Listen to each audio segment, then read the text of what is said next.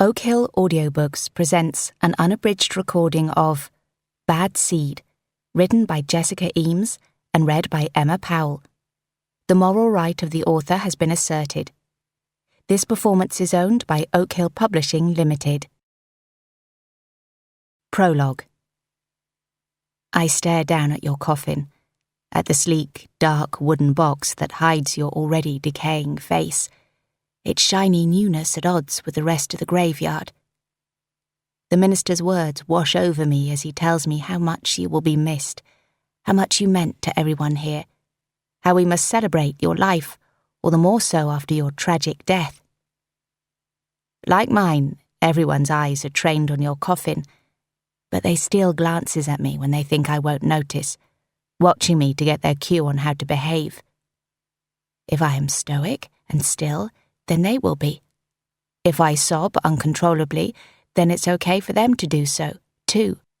I sniff and blink out a set of tears, feel them trace heat down my cheeks, taste the salt of them as they pool in the corners of my mouth. The eyes turn back to you. You would have wanted this, I know. Wanted the classy coffin, its perfection hiding you at your worst, the crowd of friends and family to prove just how popular you were. The outdoor ceremony, heels sinking into grass underfoot, the breeze just cold enough to make us uncomfortable in our black funeral attire. I did it for you, in honor of the relationship we once had, in honor of whatever love once existed between us. You should know that. The minister finishes, closing his book and inviting me, along with the others who were closest to you, to be the first to throw dirt on your grave.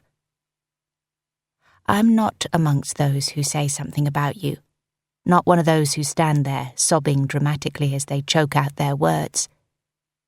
We discussed it, the family and I said I couldn't bear to, that it would be too much, that you already knew what was in my heart, so there was no need to speak it out loud. I couldn't have said what was in my heart, of course, not in front of these people who still think you are deserving of their sympathy and love. I hope you know, though. Hope you know that I do not regret it. After the ceremony, I stand at the edge of your grave, looking down at the coffin now half covered by ground that will soon swallow you. People come up to me to murmur condolences, to lay a tentative hand on my shoulder, offer what they think are words of comfort as they mistake my stillness for grief. Those closest to me, the family in our inner circle, hover uncertainly for a few minutes more, but when I don't respond, when I let more tears streak down my face, they pick up on my desire to be alone and give in. They'll see me at the wake, they say, and leave. I hold my back stiff until the voices fade into the wind, until all I can hear is the rustle of leaves, the faint chirping of birds, a far-off car horn, until I know that you and I are alone. Then I smile. All these years, you thought you'd got away with it, didn't you? You thought you'd take it to your grave, the secret hidden in my blood. And I suppose you did, in one way. I'm just glad I was the one to put you there. Part 1. Nicola. Chapter 1. Blood for blood. You will pay for what you did. Nicola's mind was blank as she stared at the words, typed in ordinary Times New Roman font, the text centered, taking up only the very top of an otherwise blank piece of A4 paper. It had been addressed to her in an envelope, also typed, alongside a letter from Nat West. Fiona, her sister-in-law, must have dropped them both off at some point when Nicola was out, given that she didn't actually have her own postal address, here at the little annex in Fiona's garden where she'd lived since her husband's death nearly a year ago. She reread the note, her lips parting to mouth the words. Her fingers gripped the page more tightly, the tips of them turning as white as the paper, as the reality of what she was seeing sunk in. The near-constant pain in her stomach intensified, and the hot flush she'd experienced only moments before vanished, replaced by a cool dread that seeped through her, turning her blood so cold that it felt like tiny shards of ice were splintering her veins. This couldn't be happening. It couldn't be real. There could only be one thing this note was referring to, and no one knew about that. No one. She'd been so careful. She lowered the piece of paper, her hand shaking. The secret she'd kept buried, learned not to think about even when alone, whipped its way back through her, leaving her breathless. She jumped violently at a knock on the door. "Just a minute," she called, her voice high and unnatural. She lurched across the kitchen, her bare feet sticking to the terracotta tiles, and tore the note up into tiny shreds, threw them in the kitchen bin, then dumped the rest of her tea in the bin on top of them, just for good measure. Adrenaline was coursing through her, the need to do something tangible, almost unbearable. But what? There was no return address, no way to know who sent the note. Maybe it was a prank, she thought to herself wildly, just a stupid joke someone was playing on her. But even inside her own head, that didn't sound convincing. There was another impatient knock at the door. "In a second," she snapped.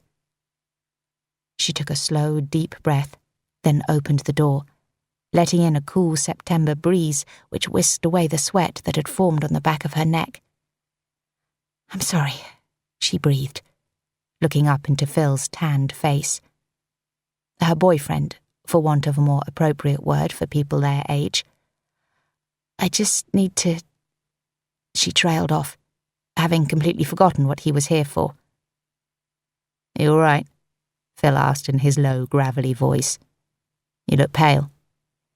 "Yes, I'm—" But she couldn't bring herself to say the word fine. Because she wasn't, was she? Not by a long shot. Not that she could tell him that, because if she did, then she'd have to tell him about the note, and then he'd want to know what it was referring to, and she couldn't very well have that. God, the thought of what would have happened if Phil had arrived moments earlier, if she'd opened the envelope in front of him, sent anxiety clawing through her stomach. She rested one hand on the doorframe to steady herself, and Phil stepped towards her, his eyebrows creasing into a frown above his deep brown eyes. She wanted to tell him to give her space, but a wave of intense dizziness swept through her, stealing her breath and making the garden behind him swirl into a mass of colours, green and brown merging with pinks and yellows, and red. Somewhere in there were bright red flowers, the colour of blood. There was a ringing in her ears, then the ground underneath her gave way. Nicola scowled at the pale wooden door in front of her, already regretting the decision to come, even though she'd gone along with it when Phil insisted she get an appointment. Still, she was here now, had waited a good 30 minutes after her allocated time, so she squared her shoulders, knocked. "Come in," said a bored male voice. She walked stiffly into the small room, wrinkling her nose at the warm air that smelled like antiseptic, bleach and BO all mixed together. She focused in on the young man sat hunched over at his desk, tapping away on his keyboard, no doubt writing something about his last patient. She didn't know this one, her old GP had left, so they'd passed her on to this chap. He was very young, she noted as she perched on the plastic chair opposite him, placing her handbag in her lap. Was he even old enough to be a doctor? He turned to face her, his glasses sitting crookedly on his nose. Attractive, she supposed, in a youthful, puppy-like sort of way. Strange to have someone his age at their little village surgery, just at the edge of Bath, where the height of excitement was the Sunday market in the nearest town, where the majority of residents were over 45 or under 18. Bristol was close enough, why not go there? It was bound to be more exciting for someone his age. "What can I do for you, Nicola?" he asked, smiling blandly. She patted her hair nervously, aware that she hadn't brushed it before she left the house, that she was due another hairdresser's appointment, streaks of grey now showing through the dyed red-brown. I've been having some symptoms. Uh-huh, said the man patiently, if a little distractedly. Dr. Williams, she remembered. That was his name. What kind of symptoms? She'd already decided not to tell him about her little episode this morning, in case it led to any difficult questions, but in truth that wasn't the only thing bothering her. Well, various things, really, over the last couple of weeks. I've had a bit of a headache, a few stomach cramps, a fair number of hot flushes. I haven't been able to sleep very well because of it, in all honesty. She couldn't help wondering, from the way he hardly blinked, seeming to stare at a point on her forehead rather than at her, if he was really listening. She shifted in her seat, crossing one leg over the other. The movement seemed to jolt him back. "Uh-huh," he said mildly. "And is there anything else?" He said it in a way that made it clear he did not think hot flushes and stomach cramps were enough of a problem to warrant taking up his time. She narrowed her eyes at his tone. She might not have wanted to come, but that didn't mean she didn't deserve his attention.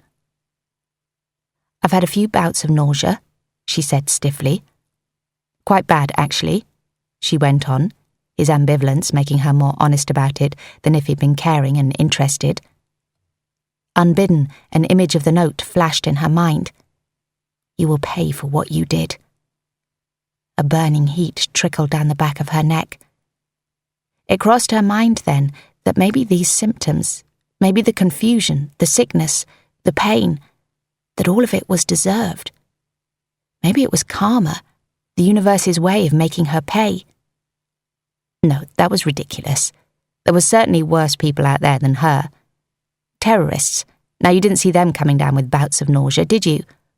What she'd done was nothing in comparison. Besides, she didn't go in for all that superstitious crap. The universe certainly didn't care about her or what she may or may not have done. Someone out there cared, though. She shivered, but Dr. Williams didn't seem to notice, clicking at something on his computer screen. "And how long has this been going on for?" he asked. "I'm not sure exactly. Not too long. A month, maybe a bit longer." "Have you been putting on weight?" "No, if anything, I've been losing it." Indeed, her clothes felt like they were hanging off her recently, her once slim, toned figure now turning saggy and frail. "And what about your periods?" "What about them?" Quite frankly, she didn't see what it had to do with anything. "Have they stopped?" Ah, she thought she saw where this was going now. "They've been a bit irregular lately, yes." And then before he could say anything, she added, "I know what you're going to say. You're going to tell me it's the menopause, aren't you?" He opened his hands in front of him, a conciliatory sort of gesture. "Well, it does sound like that, yes, and it wouldn't be unusual at your age." "Your age?" Honestly, you'd have thought she was ancient the way he said it, rather than in her early 50s. "Hot flushes and cramps are among the most common symptoms," he added. "Nausea?" she shot back at him. "Perhaps less common," he conceded. "But there are a range of symptoms that can last several years, including the ones we've talked about, as well as things like night sweats and sleep problems. Then there are the more psychological side effects like mood changes, forgetfulness."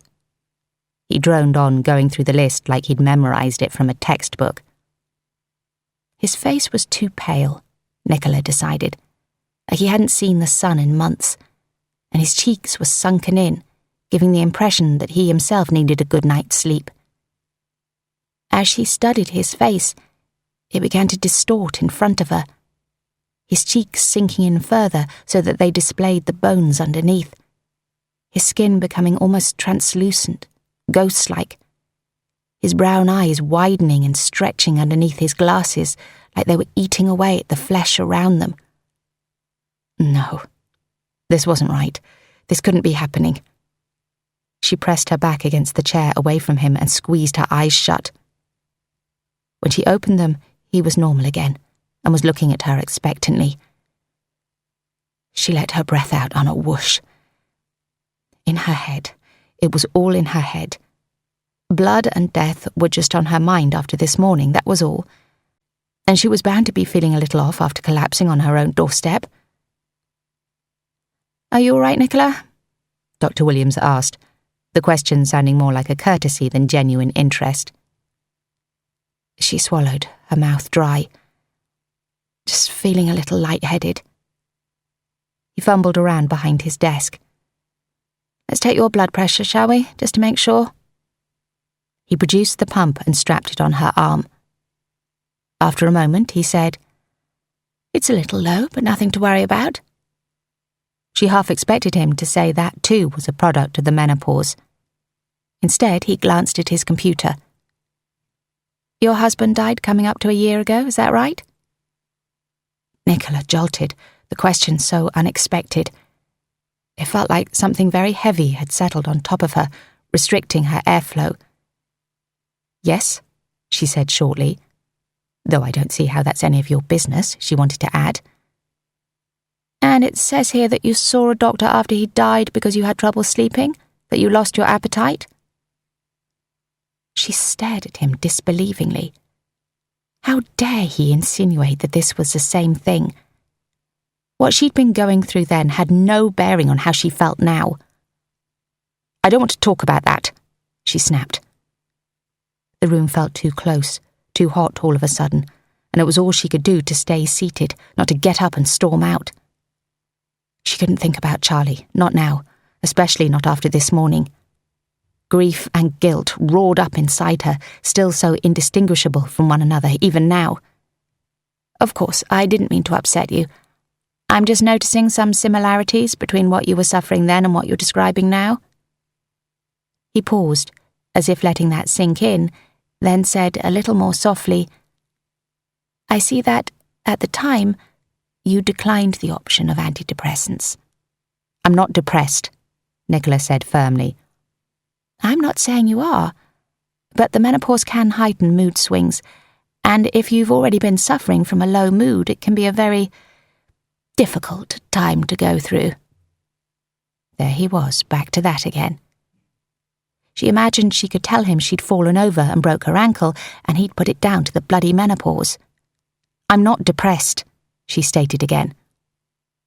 There was a time, right after Charlie died, when she thought she might be, when she'd been unable to get up and face the day, face her new reality, when she couldn't stop wishing she could replay their last moments together, if only so she could do it differently, so she wouldn't now have this constant weight to carry around everywhere she went. "Well, I'd still like to give you the option of some pills to help you," he said with another bland smile. "Sometimes, you see, our emotions can make us feel physical symptoms, such as nausea, and actually treating the underlying emotional problem, rather than the symptom itself, can be the most beneficial thing." He tapped away on his keyboard, and the printer next to him spat out a prescription. She stared at it disbelievingly. Was this what doctors did these days, when they didn't know what to do with patients? Stick them on antidepressants? Her daughter Sarah had been on them for a while after Charlie's death, she knew. Had it been this easy for Sarah to get the pills? Dr. Williams waved the prescription in front of her until she took it. "It's a mild dose, shouldn't have too many side effects. Not an antidepressant per se, just something to help your mood. Take the edge off any anxiety. Take them, see how you get on. And I'd like to see you again in a couple of months to hear how you are." He seemed to weigh something up, then said, "It's not a weakness, you know, feeling low, and it can come and go seemingly erratically. It wouldn't be at all surprising if you've been feeling down again, given a change in your hormones and given the, well, fairly traumatic nature of your husband's death, even if it did happen a while ago." Unbidden, she was forced back in time, forced to remember Charlie's face, ashen white, contorted with pain. She blinked furiously against the memory. She didn't want to have to think of it, not now, in this too bright room with this man-child watching her. Dr. Williams glanced over her head, and she knew he was checking the clock. She took the cue and got to her feet, but he waved a hand at her. Wait. He opened one of his desk drawers and rustled around, then produced a couple of leaflets. Here, have a read of these two. How to tell if you're suffering from depression and the menopause, what to expect. Nicola looked from the leaflets to Dr. Williams and back again. She wanted to say something to him, to admonish him for treating his patients as children, to ask him how on earth a leaflet would help, to tell him it sounded to her very much like he ought to go back to medical school. But instead, all she came out with was a stiff, "Thank you," before she yanked the door open to let herself out. Really, she hadn't expected him to tell her it was anything serious, but she also hadn't expected to leave feeling more worried than when she went in. Because he hadn't really listened to her, had he? She'd wanted to be reassured, to have someone explain something she didn't know, not be told it was probably all in her sodding head. She didn't realise she was breathing more heavily than usual until she reached the waiting room. Phil was there, sat on one of the green plastic chairs between an old frail woman and a sullen-looking teenage boy. She hastily stuffed the prescription in her handbag as he spotted her and stood up. He sauntered over, thumbs hooked in the belt loops of his jeans, showing just a hint of his well-toned stomach. He put a big muscled arm around her when he reached her, pulling her to him. She liked that about Phil, liked that he always wanted physical contact, wanted to be stood right next to her whenever they were out in public. He was so unlike Charlie in that respect, who, she thought sadly, after Sarah was born, hadn't seemed to need her at all. "Well," he prompted as they left behind the sounds of coughing and impatient muttering. "He thinks it's nothing," Nicola said, forcing a casual tone. She didn't know exactly why she didn't tell Phil about the pills the doctor wanted her to take, only that, well, she wasn't sure how well he'd take it. Thought he may well be the type to see depression as an excuse, something that didn't really exist. Besides, they hadn't been seeing each other that long. She didn't want him thinking that she had too much baggage. "That's good then," he said as they stepped out of the surgery and into the fresh air.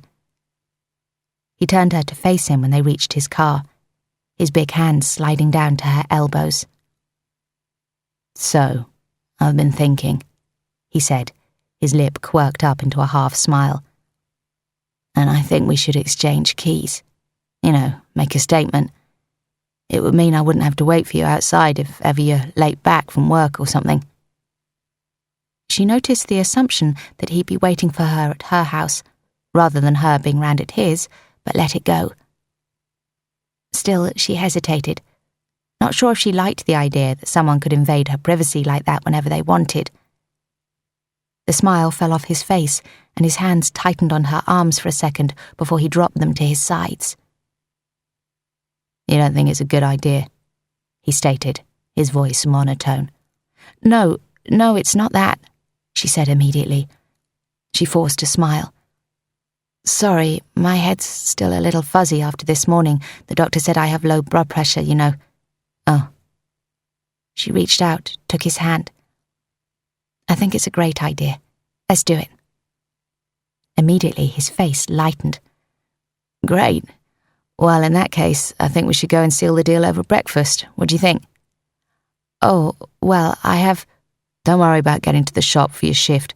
I rang Mary while you were in the doctor's, told her you'd be late." Nicola frowned. The idea of someone calling in sick for her grated. "You did?" And then, "You have Mary's number?" "No, I called the shop. She said to just come in when you were feeling better." Oh, well, in that case..." She couldn't think of a way around it, not without upsetting him. "Great," Phil grinned. "I've got to be on site with my guys this afternoon, but that gives us plenty of time to get some sugar into you and then get these keys cut. We can go to the garden centre for breakfast, and I think they'll do the keys there too."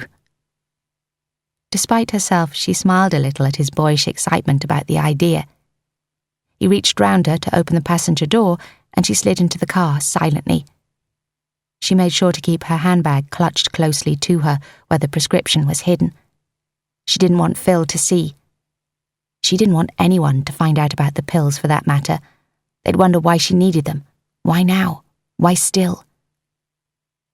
Even so, she couldn't help feeling a tiny flicker of hope at the thought of them, despite the fact she hadn't wanted them. Was there a chance, perhaps, that they could work? A chance that they could take away the gnawing she was feeling right now, the way the acid was swirling in her stomach, tearing at the lining there? Something heavy slid from her heart to her stomach. No. No pill could do that. No pill could make her forget. Chapter 2.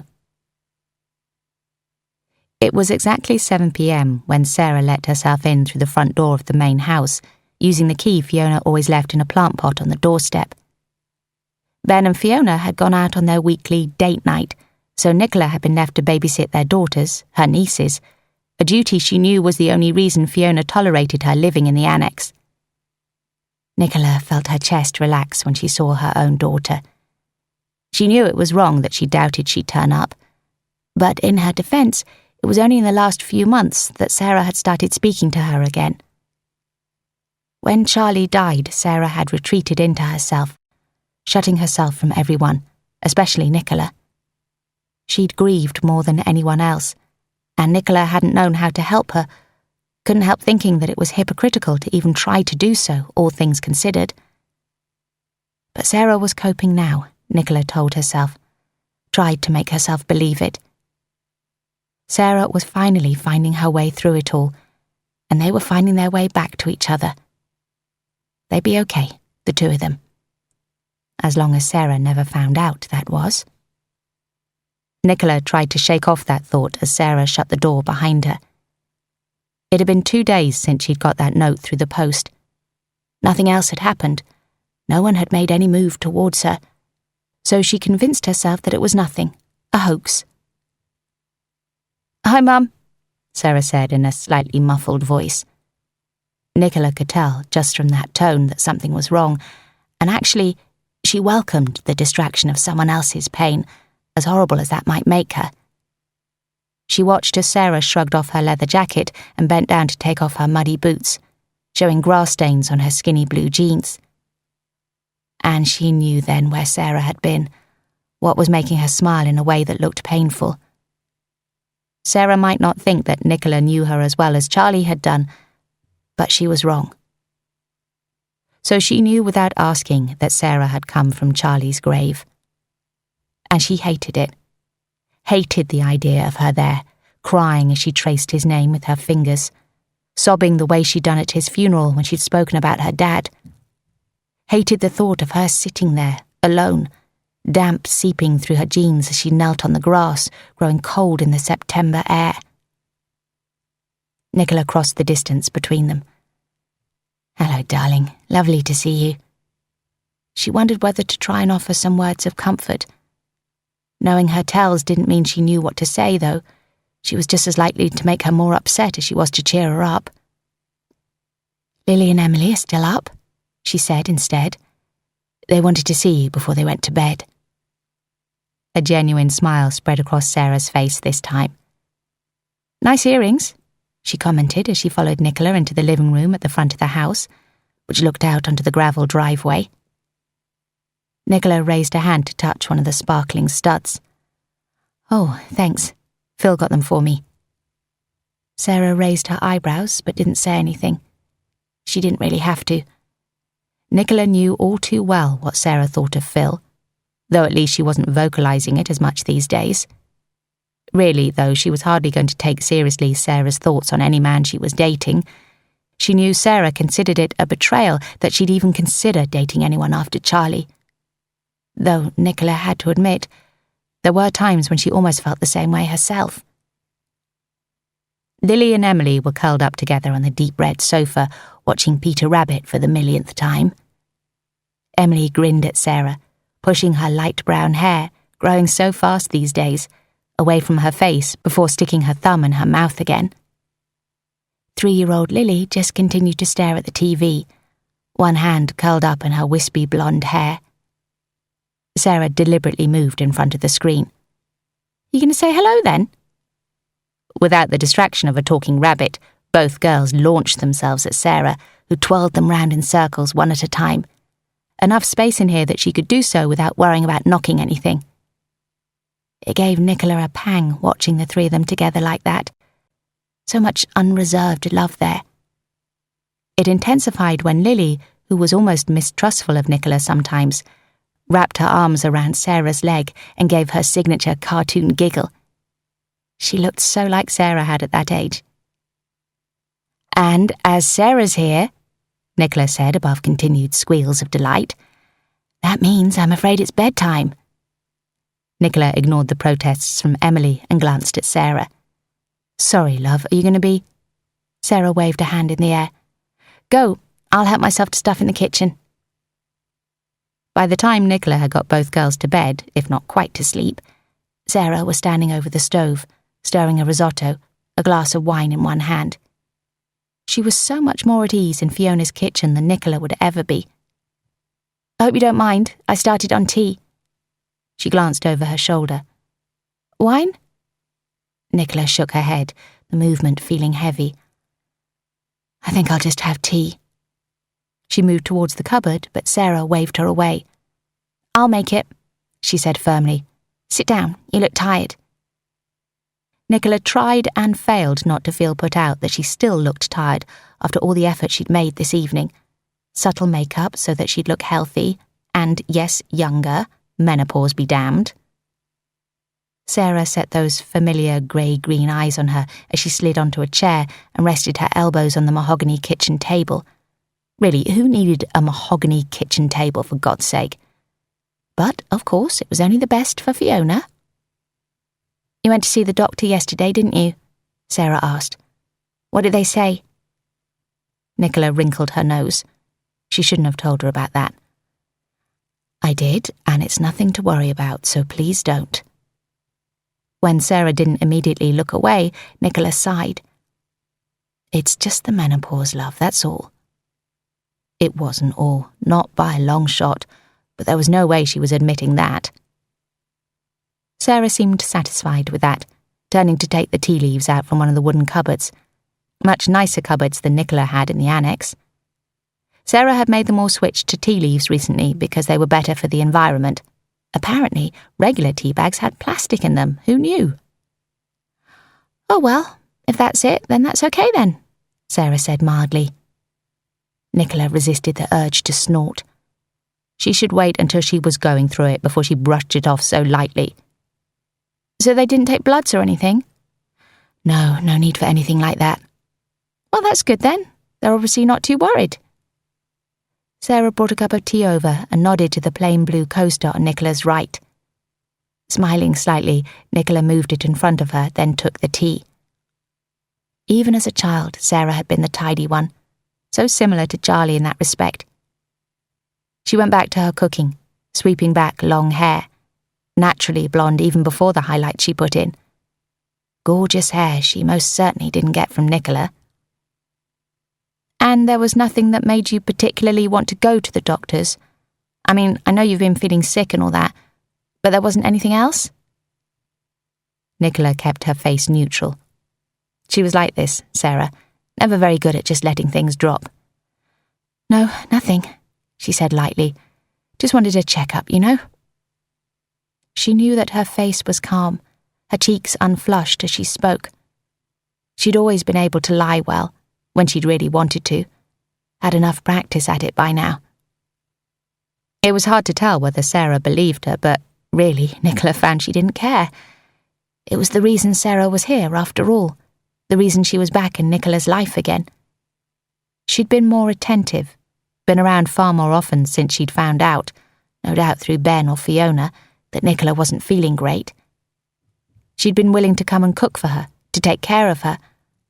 So secretly, Nicola could admit that she was a little thankful for the bouts of illness, would gladly take more of it if it meant keeping her daughter around.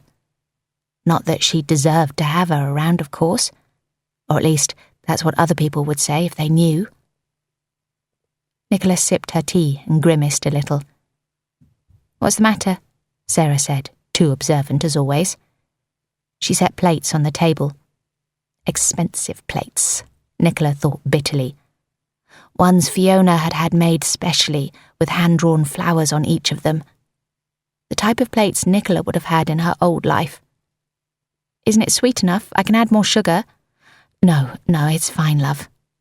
She reached out and squeezed Sarah's hand. "Just a bit hot, that's all." It was actually a little too sweet, if she was honest, but she wouldn't tell her that. It still felt new, this relationship between them, the way they were adjusting to life without Charlie. Sarah turned to take the risotto off the stove. "I saw Mrs. Norwood today," she said in a would-be casual voice. Nicola's head throbbed, a headache starting up even without the wine, and she resisted the urge to massage her temples. "Oh? She said I should come by, see the house now she's done it up." So, Sarah had brought Charlie up anyway, even though Nicola hadn't asked. Sure, it was indirect, but Nicola knew that was what she was getting at by mentioning Mrs. Norwood, who had bought the old Victorian-style house that she'd had to sell after Charlie had died. It had been glorious, that house, with a beautiful outdoor patio and a kitchen that would put even Fiona's mahogany table and fancy plates to shame. That wasn't why Sarah had loved it, though, she knew. Sarah had been horrified when Nicola sold it, had hated to say goodbye to the house, which held so many memories of her dad, even though Nicola had tried to explain that she just couldn't afford it, not with the bills she'd been left with, not on her measly income. Especially not because Charlie hadn't told her just how bad their finances were after he'd had to give up his job. "You're still in touch with her then?" Nicola asked. "Not really, I just bumped into her in Waitrose and she started chatting to me. I think she's lonely." It was hard to tell with Sarah's back to her if she really was as unbothered about it as she sounded. Nicola couldn't think of a thing to say, in part because she couldn't believe her own daughter now shopped at Waitrose. "Anyway," Sarah continued as she brought over 2 plates of pea and asparagus risotto, "I thought I'd take her up on it and go and see it at some point." She wondered if Sarah was hinting, wanting her to come with her. But there was no way she was willing to go back to that house. She wasn't putting herself through that, even for Sarah.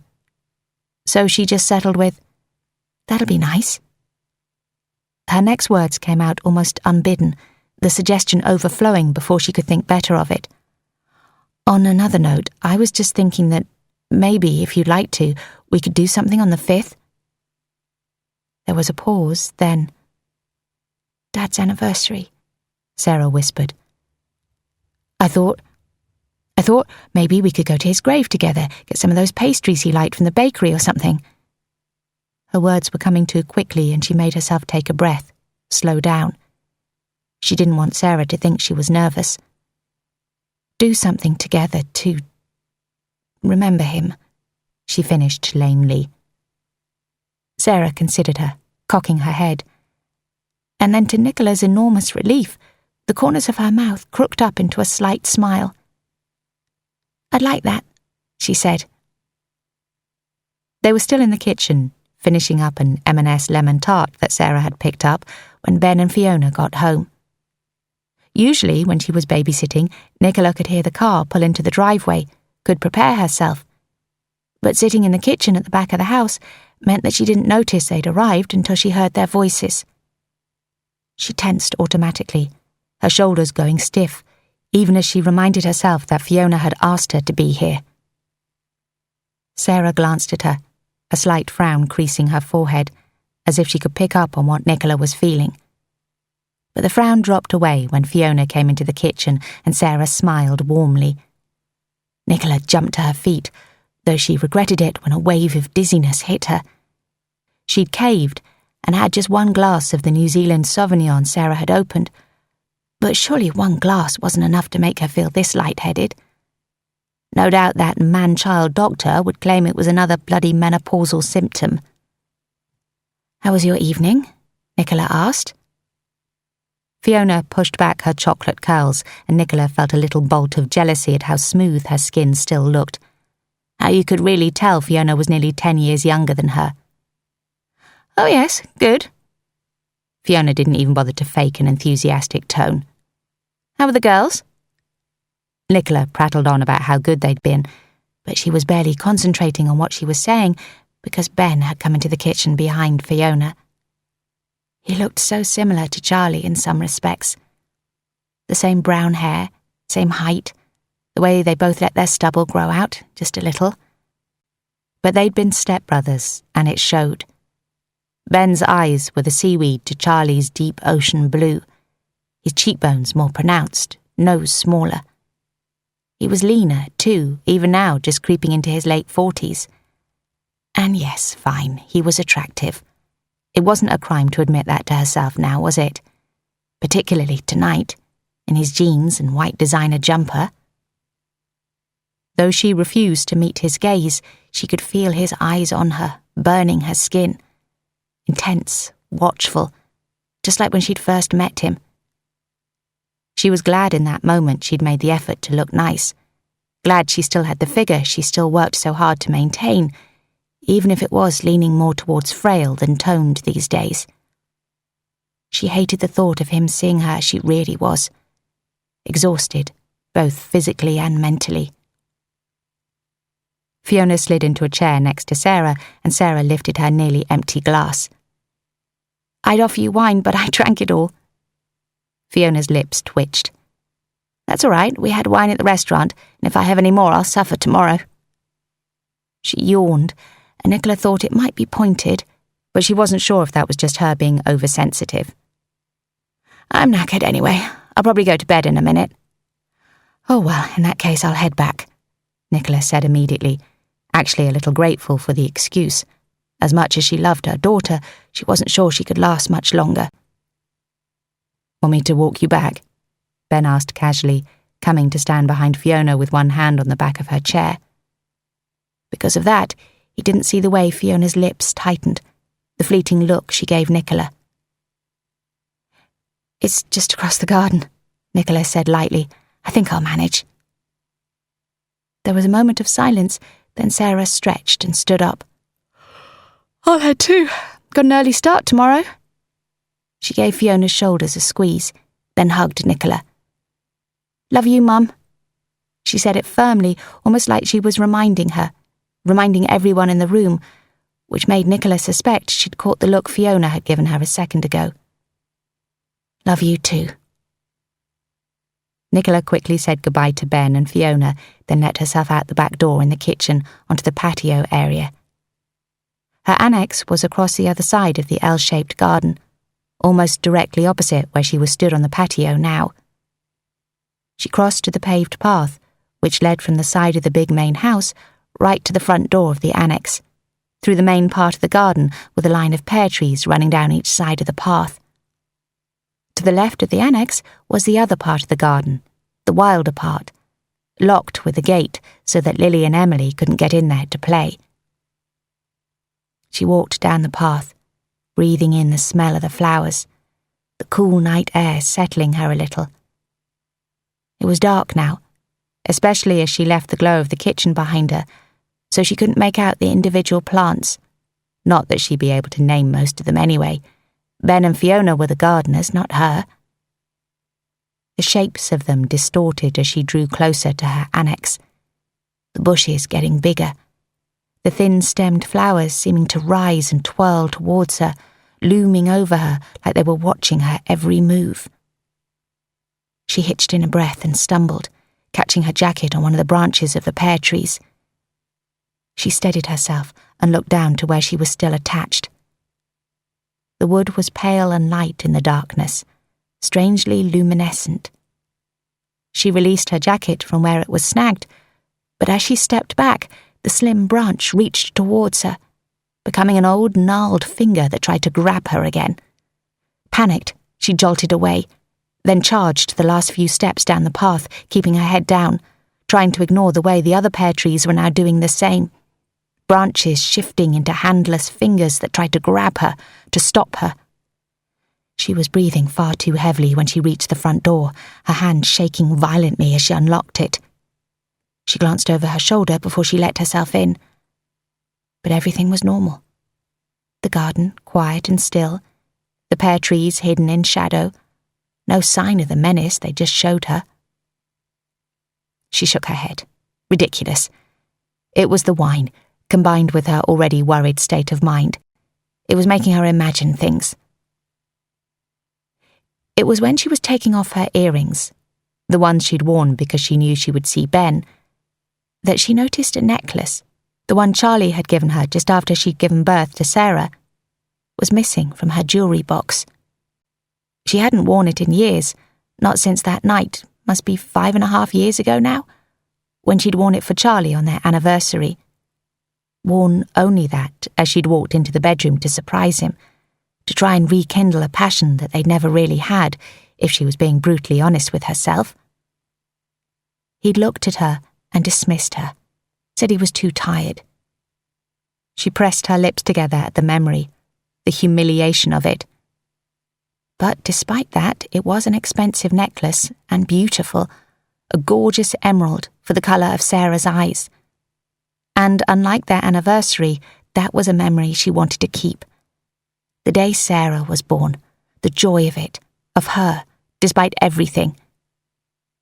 The necklace was a reminder of that, and she didn't like the idea that she'd lost it. She frowned. She must have just put it down somewhere and forgotten about it. That was all. Chapter 3. Nicola finished stocking up the drinks fridge, putting a hand on the fridge door when she got up out of a crouch too fast, causing all the blood to rush from her head. "You all right, Chick?" asked Mary, the shop owner, and Nicola's only colleague. Nicola glanced over to where Mary was cashing up at the till. "I'm fine, just got up a bit quickly." "Well, sit down a minute, we're done for the day now." Knowing better than to argue with Mary, Nicola perched herself on a little stool she'd been using to reach the top shelf. She fiddled with the name badge Mary insisted they both wore, even though it was ridiculous. It was the only village shop, and everyone who stopped in knew who both she and Mary were. Would do, even if she hadn't been working in the shop for the past 2 years, given she'd lived here for the last 25, for God's sake.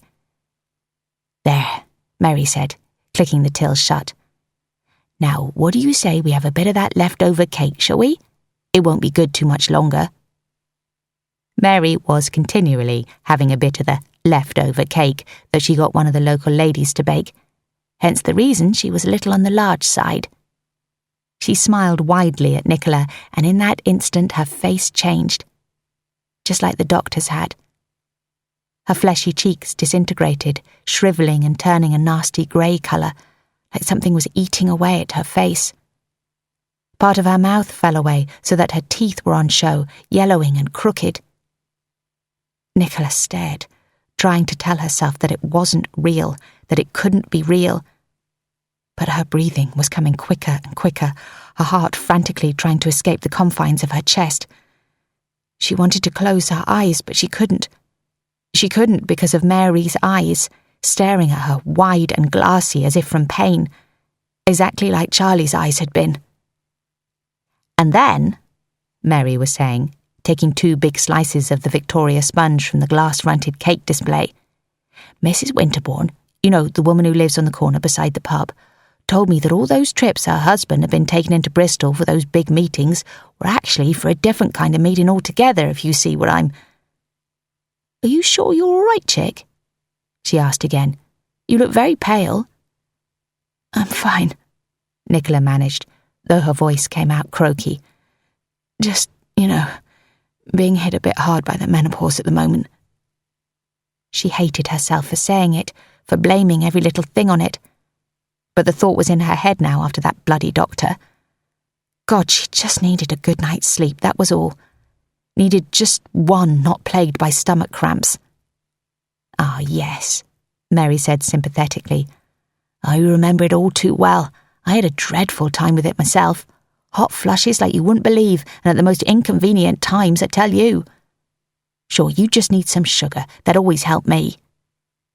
She forced a paper plate with cake onto Nicola's lap, and Nicola nibbled at the corner of it. "Now, how are you getting home? Is that fella of yours coming to get you again?" "No, I was planning on walking, actually." She glanced at her phone automatically, thinking of the text she'd got from Phil earlier. He wasn't too pleased that she'd insisted on making her own way home today. Seemed to like the mind-numbingly boring chore of picking her up and dropping her off, even though she lived close enough to walk and besides had her own car, even if she wasn't the most confident of drivers. And it was hardly her fault that she wasn't. Charlie had always insisted on driving too. Look, don't be silly. You can't walk when you keep coming over all light-headed. I'll drive you home after we lock up. But it's only... No, I won't hear it, Mary said. Now, where was I? I was telling you about Mrs. Winterbourne, wasn't I? And that's not even the half of it, let me tell you. On and on she went as they closed the shop and drove home, prattling on about the various village gossip, the secrets that she always seemed to be the first to uncover. Mary not only insisted on driving her, but also got out the car when they pulled up outside the house and walked her all the way through the gate at the side of the main house and along the paved path across the garden. They'd had rain the last few days and it showed in the garden, the grass a deeper green and a bit overgrown, the way Nicola liked it best. She knew Lily and Emily liked it better this way too, liked it when it was more on the wild side so they could pretend there were fairies there hiding in the overgrowth. It was why Fiona had to lock the gate to the other part of the garden with the more exotic plants, the ones more difficult to grow. Lily and Emily would be in there otherwise, trampling everything. It was sunny and warm today, and the garden seemed peaceful, the flowers drifting slightly in the light breeze, the pinks and purples warm and inviting, like they were welcoming Mary. None of the menace Nicola sometimes felt from it when she was alone, like the garden knew she was a trespasser on Fiona's property, like it knew that she didn't belong here. Nicola opened the annex door and, seeing no choice, let Mary in behind her, who was still chattering away though Nicola had lost the thread of the conversation. They walked straight into the kitchen and Nicola dumped her keys and purse on the windowsill. She didn't notice something was wrong right away. It was only when she looked around, trying to decide if she was hungry enough to bother making dinner, that she saw the fridge magnets, the alphabet ones which had been a present from Sarah to both her and Charlie years ago, when Sarah was still a teenager. She couldn't quite believe what she was looking at. Her body was frozen, but her mind was reeling, refusing to accept that someone had done this, that someone had deliberately rearranged the fridge magnets so that they spelt out a message. Just one word. Scared. No question mark, as there wasn't a question mark magnet, but she felt the question was implied. The word was in the middle of the fridge, the other magnets scattered around it.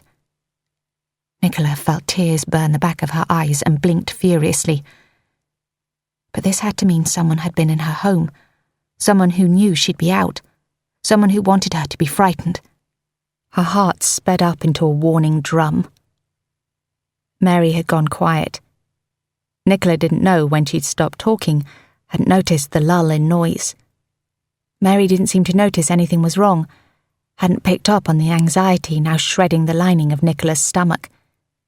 She did follow the direction of Nicola's gaze, though, and wandered over to the fridge, blocking Nicola's view of it. Now, isn't this sweet? Mary took the drawing Emily had done for Nicola at school down from where it was stuck to the bottom of the fridge door. What? Oh, yes, my niece did that for me, and she'd be very upset if she didn't see it whenever she comes round here. Nicola laughed, a high-pitched manic noise. Mary turned to look at her, clearly sensing at last that something was wrong. As she shifted, Nicola saw the magnets had been moved again, no longer in distinct words, but spaced out oddly. Nicola stared. Did you?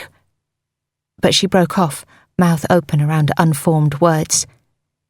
She couldn't ask if Mary had moved the magnets around without explaining why she wanted to know. Did I watch it? Nothing, she said quickly. Nothing, don't worry. She pushed a hand through her hair. Actually, this is going to sound stupid, but I'm having a moment. Do you remember if I unlocked the door to let us in, or was it locked? She trailed off, not really knowing how to explain how much he needed to know for sure that she had unlocked it. Mary chortled, but it was a kind sound. "Sure, I have those moments all the time, but you definitely unlocked it, so nothing to worry about." Nothing to worry about. If only. Still, she let out a slow breath. "Thanks." So maybe she'd imagined the whole thing, like Mary's face earlier, like the pear tree branches the other night. Just a trick of her tired mind, just because she was on edge, her brain too deprived of proper sleep, of time without headaches, to function properly. "It'll be the change," Mary said. "I was like it when I was going through it, terribly forgetful all the time. Horrible while it lasts, but it does get a bit better, I promise." Nicola just nodded. "Anyway, I'll be off, leave you in peace to have a nice sit-down, eh? And I'll pop in, say hello to Fiona on the way out." And try to get the gossip on her and Ben, no doubt, Nicola thought. It took all of 2 minutes after Mary left to give in to the temptation and call Phil, asking him to come over. And yes, it was pathetic and downright cowardly to want to hide behind a big, strong man just because she was worried. But quite frankly, she didn't care. She could deal with it on her own, she knew that, had proven it to herself in the past. So why should she have to do it now? Besides, this was sensible. If there was someone out there who wanted to scare her, perhaps scare her into blurting it all out, then having a second person around meant they were less likely to come at her. And Phil would be pleased. He liked to feel needed. After she spoke to him, she made herself look around the annex. Nothing else out of place, not that she could tell. As she acknowledged this, she became more and more convinced that she must just have imagined it, though she wasn't sure how comforting that was in all truth. Because people's faces distorting in front of her, seeing words that weren't there, it wasn't exactly a sign of something good now, was it? Chapter 4. Sarah was curled up in the old worn armchair across from Nicola in the little annex sitting room, her whole body covered by one of Nicola's overly large, unattractive cardigans, bare feet sticking out to show electric blue toenails. Nicola was trying to focus on what she was saying, but her mind was so damn foggy that she couldn't even remember how long Sarah had been there, let alone what they'd been talking about. It was those pills that idiot doctor had given her, she was sure of it. Stupidly, she'd only thought to read the side effects today, and sure enough, there in small print was the fact that, in less than 1% of cases, they could worsen sleep problems and induce nausea. She'd thrown them out immediately, but the effects were still lingering. There was a tapping sound at the window, and Nicola jumped violently, spilling some of the lukewarm tea she was holding over herself. She stared at the window, but with the blind closed, she obviously couldn't see anything. She waited, but there was no other sound. It must just have been one of the tree branches in the wind. "Mum?" Nicola jerked her head and saw Sarah looking at her in a way that suggested it wasn't the first time she tried to get her attention. "What's up? Why are you so jumpy?" "Nothing. Sorry, love. Just thought I'd heard something." "You've been weird all evening. Seriously, what's wrong?" She could just brush it off again. But actually, because she was so damn tired, because the constant dull ache in her head made it difficult to keep pretending, she didn't lie. Not completely, anyway. "I think..." She glanced to the window and back again. "I think someone might be following me." "What?" Sarah sat up straighter. "What do you mean? You mean someone stalking you?" "No, Well, yes, I suppose." "Mum, this is serious. Why didn't you tell me before? Who is it? What are they doing?" She bit her lip. Maybe she shouldn't have said anything, given the panicked way Sarah was looking at her right now. I'm not sure." "What do you mean you're not sure?" "Well, I haven't seen anyone, not exactly." "So how do you know someone is following you then?" She grimaced. Maybe following wasn't quite the right word. It seemed like someone had been in the house the other day, moving things around, and then something went missing and the note, the main thing, the only move she could be sure someone had made. But there was no way to tell Sarah about it, no way to tell anyone. Not until she'd figured out if it meant what she thought it did, and even then, she wouldn't confess until she absolutely had to. She wasn't ready to face the consequences yet. What went missing? A necklace from my jewellery box, the one your dad gave me, you know, the emerald one. I know the one, Sarah said quietly, a little sadly. She knew too what the necklace represented, knew her dad had been thinking of her when he bought it. She slouched back down in the chair, the tension apparently draining from her. But Mum, that doesn't really sound like someone stalking you. You'll probably find the necklace, and can you be absolutely sure that someone was in the house? What things were moved around? Scared. The word, brightly coloured in fridge magnet lettering, flashed in her mind. The one she couldn't be sure she hadn't imagined. No, you're right. I'm being silly. Just tired and reading too many thrillers at night, that's all. It's making me do lally. End of CD 1. CD 2.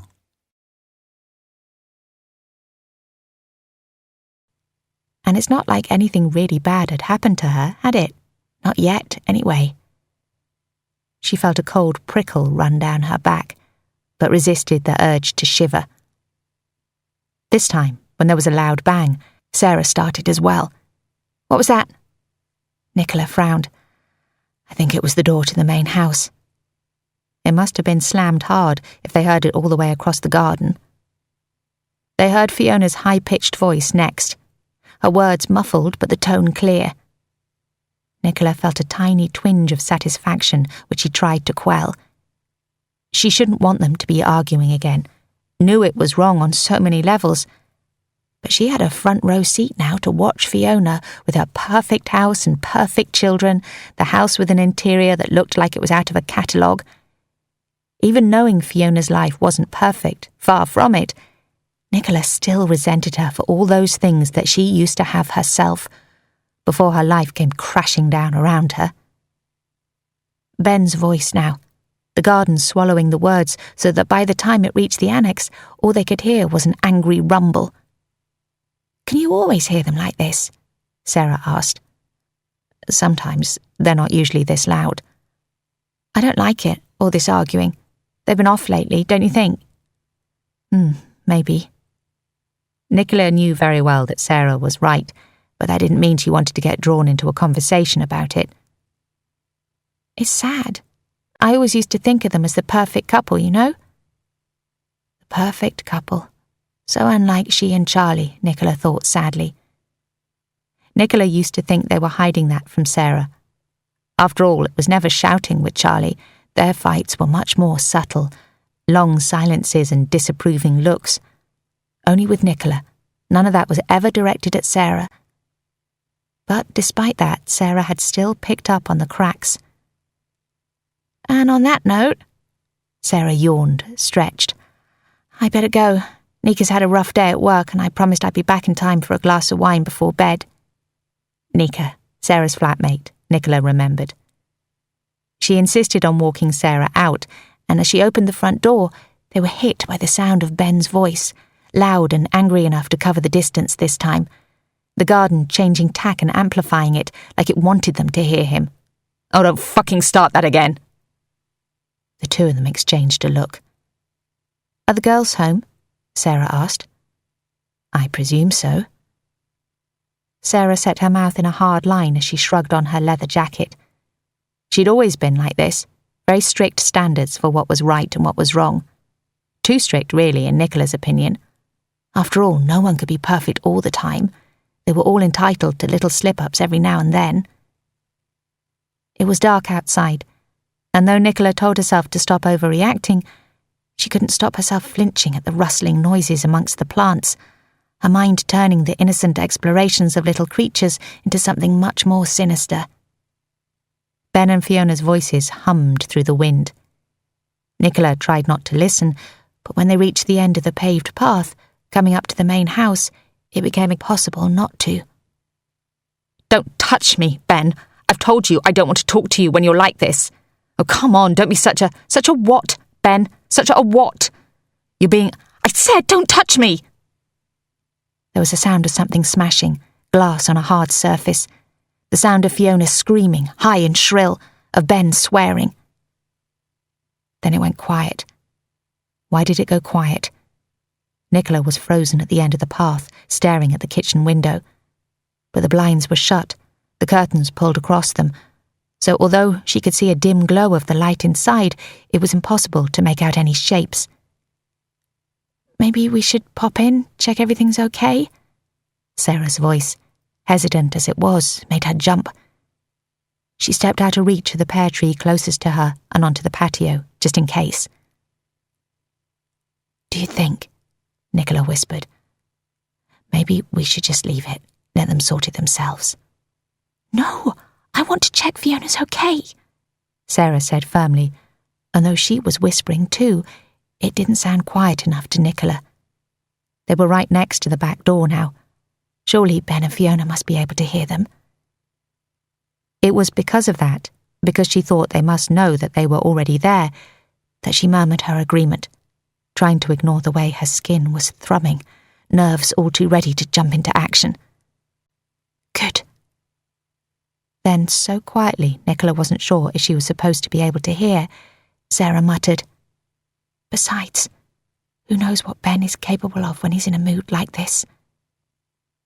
Nicola opened her mouth, the words to contradict her already forming. But she stopped.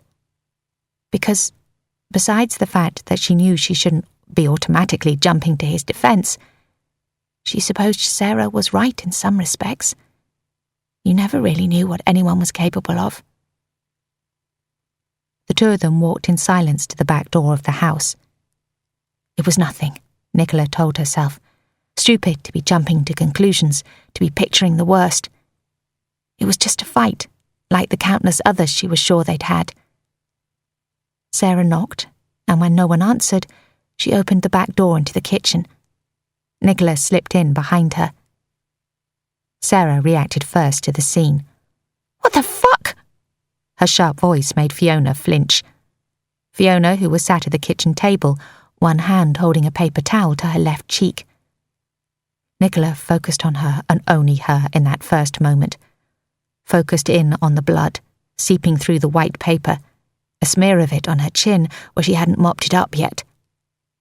"It's nothing, it's not what it looks like," said Ben, perhaps a little too quickly from his position by the counter. Nicola wasn't sure exactly what it did look like, though.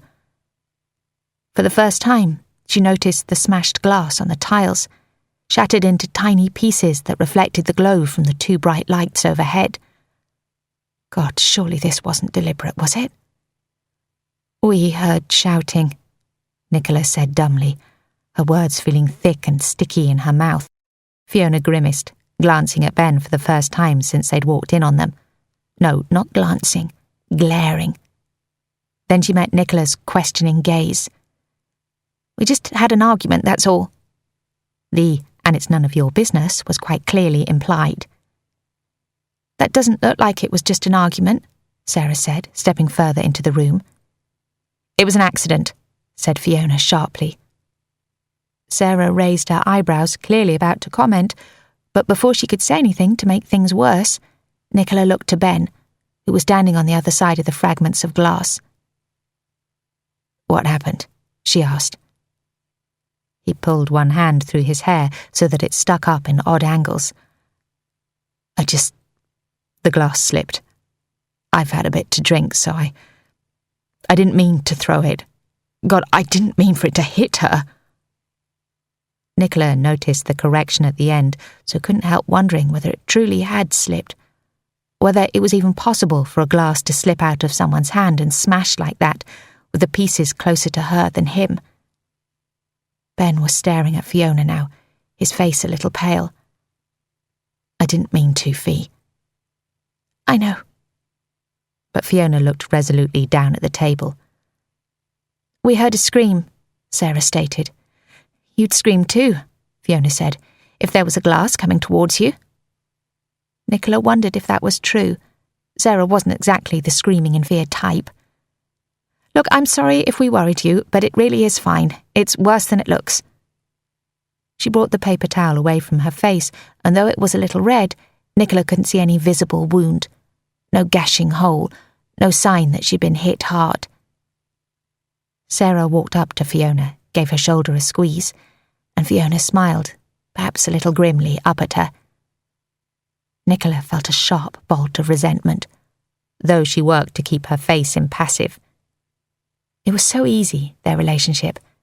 As it should be, she reminded herself. Fiona was Sarah's aunt, even if they weren't related by blood, but that didn't stop her from feeling bitter.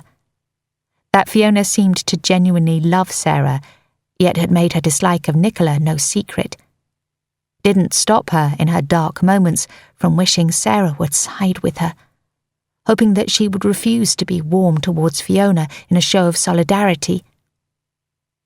Almost to try and combat these thoughts, she shuffled across the kitchen to stand with Sarah, behind Fiona. The three of them in a line, allied against Ben. Ben seemed to shrink back against the counter, his tall frame collapsing in on itself. So, it was really just an accident? Nicola needed to hear them say it again. She didn't want to have another reason to lie awake at night. Didn't want to have to wonder if Ben was turning violent. It was, Fiona said firmly, and she actually gave Nicola a fleeting smile, a slight softening of her mouth. Ben nodded vigorously but said nothing more, like he didn't want to risk saying the wrong thing under the force of their combined gazes. So, what's wrong then? Sarah asked after an uncomfortable silence. Why were you arguing? It's nothing, Fiona said, patting Sarah's hand where it still rested upon her shoulder. Usual couple stuff, you know. As she spoke, a tiny pinprick of blood reformed on her cheek. Nicola watched its progress down the side of her face, all the way to the top of her lip, before Fiona noticed and wiped it away. The sight of it left a metal tang in her mouth. Something must have shown in her expression, because Sarah's gaze rested on her, her stormy eyes assessing. So full of expression, those eyes, just like her father. No, she wasn't to think like that. Sarah wasn't like him, not in the ways that mattered. You okay, Mum? Nicola thought she heard Fiona mutter something under her breath, but she could have been wrong. It could just be her mind playing tricks on her again.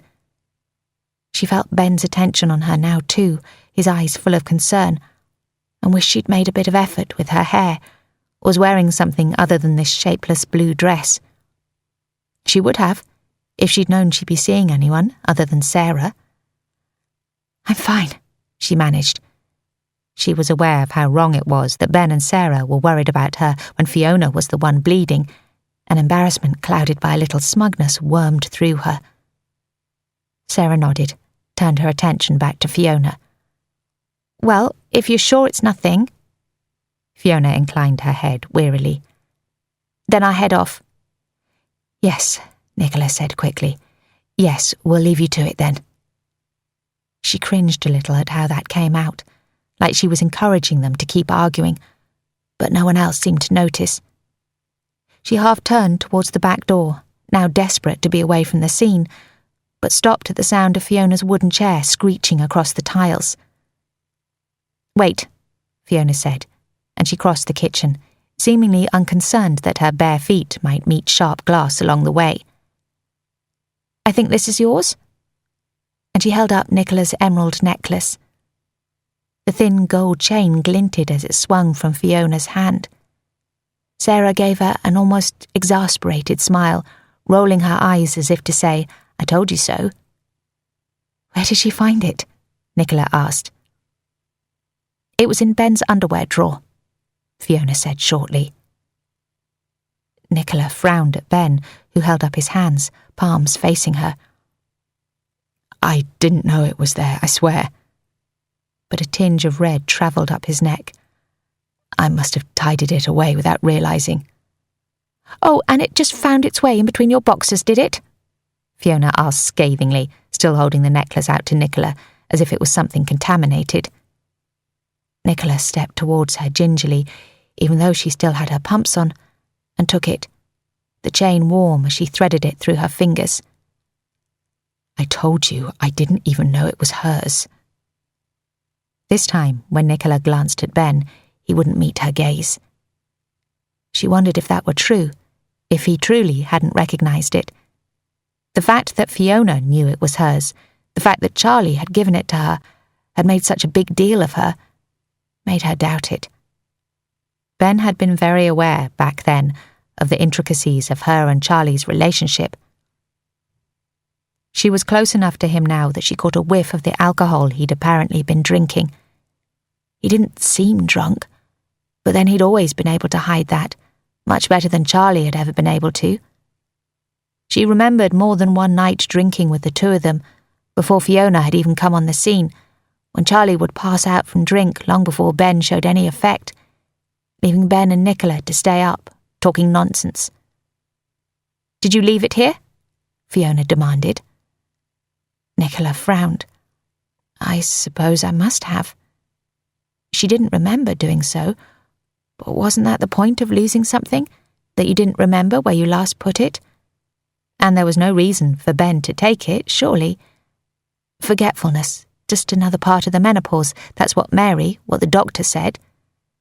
"Yes, I'm sure I left it here," she said more firmly, and Fiona's expression smoothed out a little. "Mummy!" Lily's small cartoon voice made everyone in the room jump. She must have been so quiet, tiptoeing down the stairs into the doorway for none of them to notice her. Ben moved towards her before she could step fully into the kitchen and risk her fragile little feet on the glass. He scooped her up onto his hip where she twirled a hand into her wispy blonde hair, surveying the room with her suspicious eyes. Nicola swore Lily's gaze rested on her a fraction longer than the others, like she knew, somehow, that this was her fault, that she was the reason her parents weren't happy. "What's wrong, Lils?" Ben asked softly. And there it was. The side of him Nicola knew was always there, even if she saw less of it these days. He was so good with his daughters, so genuinely caring. It made her heart ache, watching him with Lily, who reminded her so much of Sarah, clinging to Charlie that way. "Come on, let's get you back to bed." Lily looked over Ben's shoulder to Fiona, who nodded and forced a smile. "Go with Daddy, my darling. I'll be up in a minute." Nicola, Fiona and Sarah said nothing as Ben carried Lily back up the stairs, chatting to her about something or other, his voice light, easy, no trace of the tension he must be feeling. Nicola envied that ability. "Before you go," Fiona said, stopping Nicola on her way out for a second time, "there's a bunch of flowers for you on our doorstep. They got delivered here," she added unnecessarily, given the annex didn't have its own postal address. "Oh, that's nice." Nicola tried to sound bright, to combat the mood of the room. She wondered who they were from. Phil, maybe, reminding her that he was still there, still thinking of her. She should remember that too, rather than worrying about what she looked like in front of Ben. Nicola followed Fiona and Sarah to the front door, Sarah making promises to come around more often, spend more time with the girls. When they reached it, Fiona thrust the flowers into Nicola's hands. White roses. Phil never listened. She'd told him she hated white flowers before, she was sure of it. She hadn't told him why, of course, that the colour reminded her too much of Charlie's skin right before he drew his last breath. She didn't need the reminder of that. She saw it every time she closed her damn eyes, despite her best efforts. She shook the thought away and opened the little white card attached to the flowers.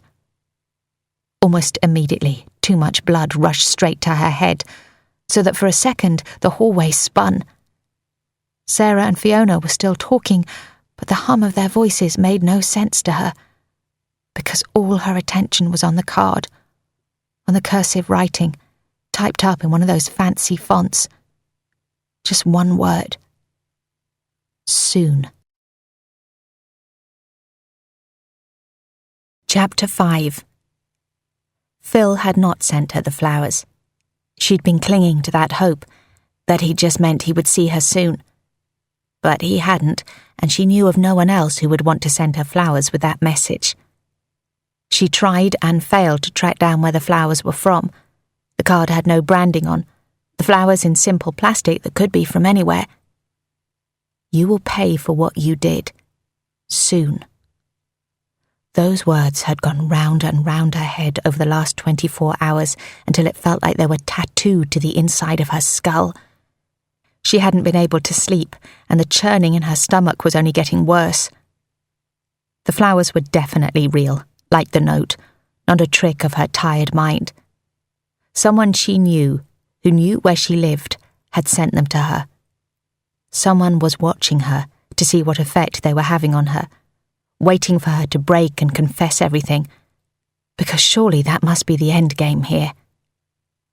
Fiona had been her first thought. Fiona, who had never liked her, who didn't trust her no matter what she said. She hadn't wanted Nicola in the annex. She'd made no secret of that. But maybe that wasn't just because she didn't trust Nicola around Ben. Maybe that's because she knew. There was no way to be sure, though, not without asking, and she wouldn't risk that. Relief coursed through her at a knock on the door. She'd asked Phil to stay round again tonight, unable to be alone for any length of time. Phil had made it rather obvious that he was glad about that. He'd been doting on her the last few days, stepping up to the role of man of the house in a way that might have been a little overbearing had she not had such need for it right now. But it wasn't Phil who stood behind the door. "What are you doing here?"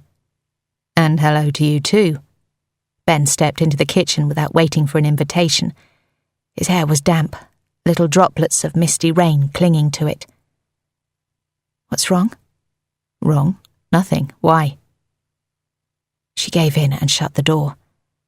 "Just wondering what's up with the impromptu house call." She worked hard to keep her voice casual, not to let the ball of anxiety inside her make its presence known. "Aren't I allowed to pop in and say hello to my neighbour?" A sour taste rose to her mouth at that. Neighbour. More like charity case, forced to live in their little annex because she had nowhere else to go, because she hadn't thought far enough ahead to foresee what would happen when Charlie wasn't there anymore. Not that she'd say any of that to Ben, knew it would sound ungrateful. "Where's Fiona?" she said instead. "She's on her way back from her shift at the hospital, picking the girls up on her way." He said it easily enough, but Nicola didn't miss his quick, almost involuntary glance to the door, and she knew he was fully aware that Fiona would be none too happy with him being here. She leaned back against the counter. The silence between them bubbled. "Ben?" His gaze bore into hers. "What really happened last night? With Fiona?" He shook his head, bemused. "Nothing. We told you that. I don't know why everyone is so worked up about this. We argued. I dropped a glass. Really no big deal." Nicola wondered who the everyone in that sentence was. When she said nothing, he blew out an impatient breath. "Look, do you really think I'd throw something at her? If I wanted to hit her, I'd do a better job than that."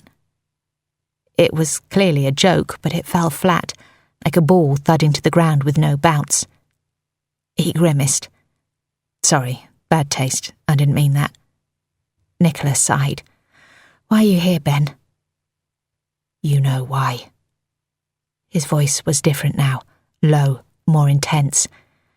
And despite herself, she felt the prickles run along her forearms, felt his words add a current to the air between them. It was just because she couldn't have him, she told herself firmly. Just because they couldn't have each other. That was the only reason she was thinking that the stubble along his jawline was sexy, was hyper-aware of the smell of him as he stepped towards her. "Nicola." His mouth crooked into a half-smile, one that was so familiar.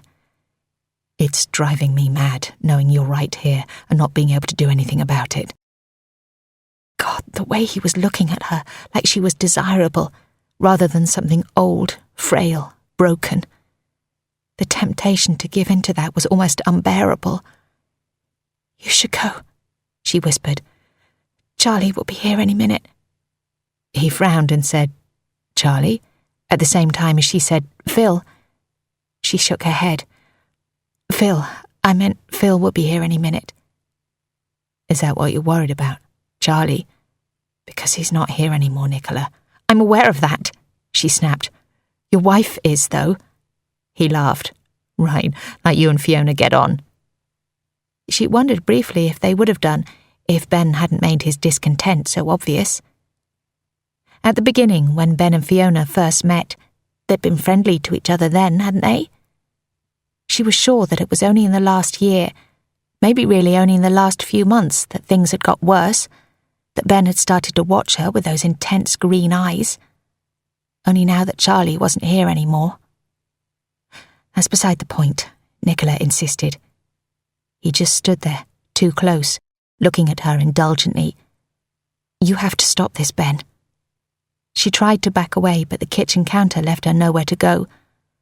She put a hand on his chest instead, gave a gentle shove. He didn't move. Please, she whispered. His answer was just to place his hands on her arms, move in closer. She felt the skin there flare under his touch and hated herself for it, hated her body for betraying her that way. Please what? He didn't give her the chance to answer. His lips were on hers before she could draw breath.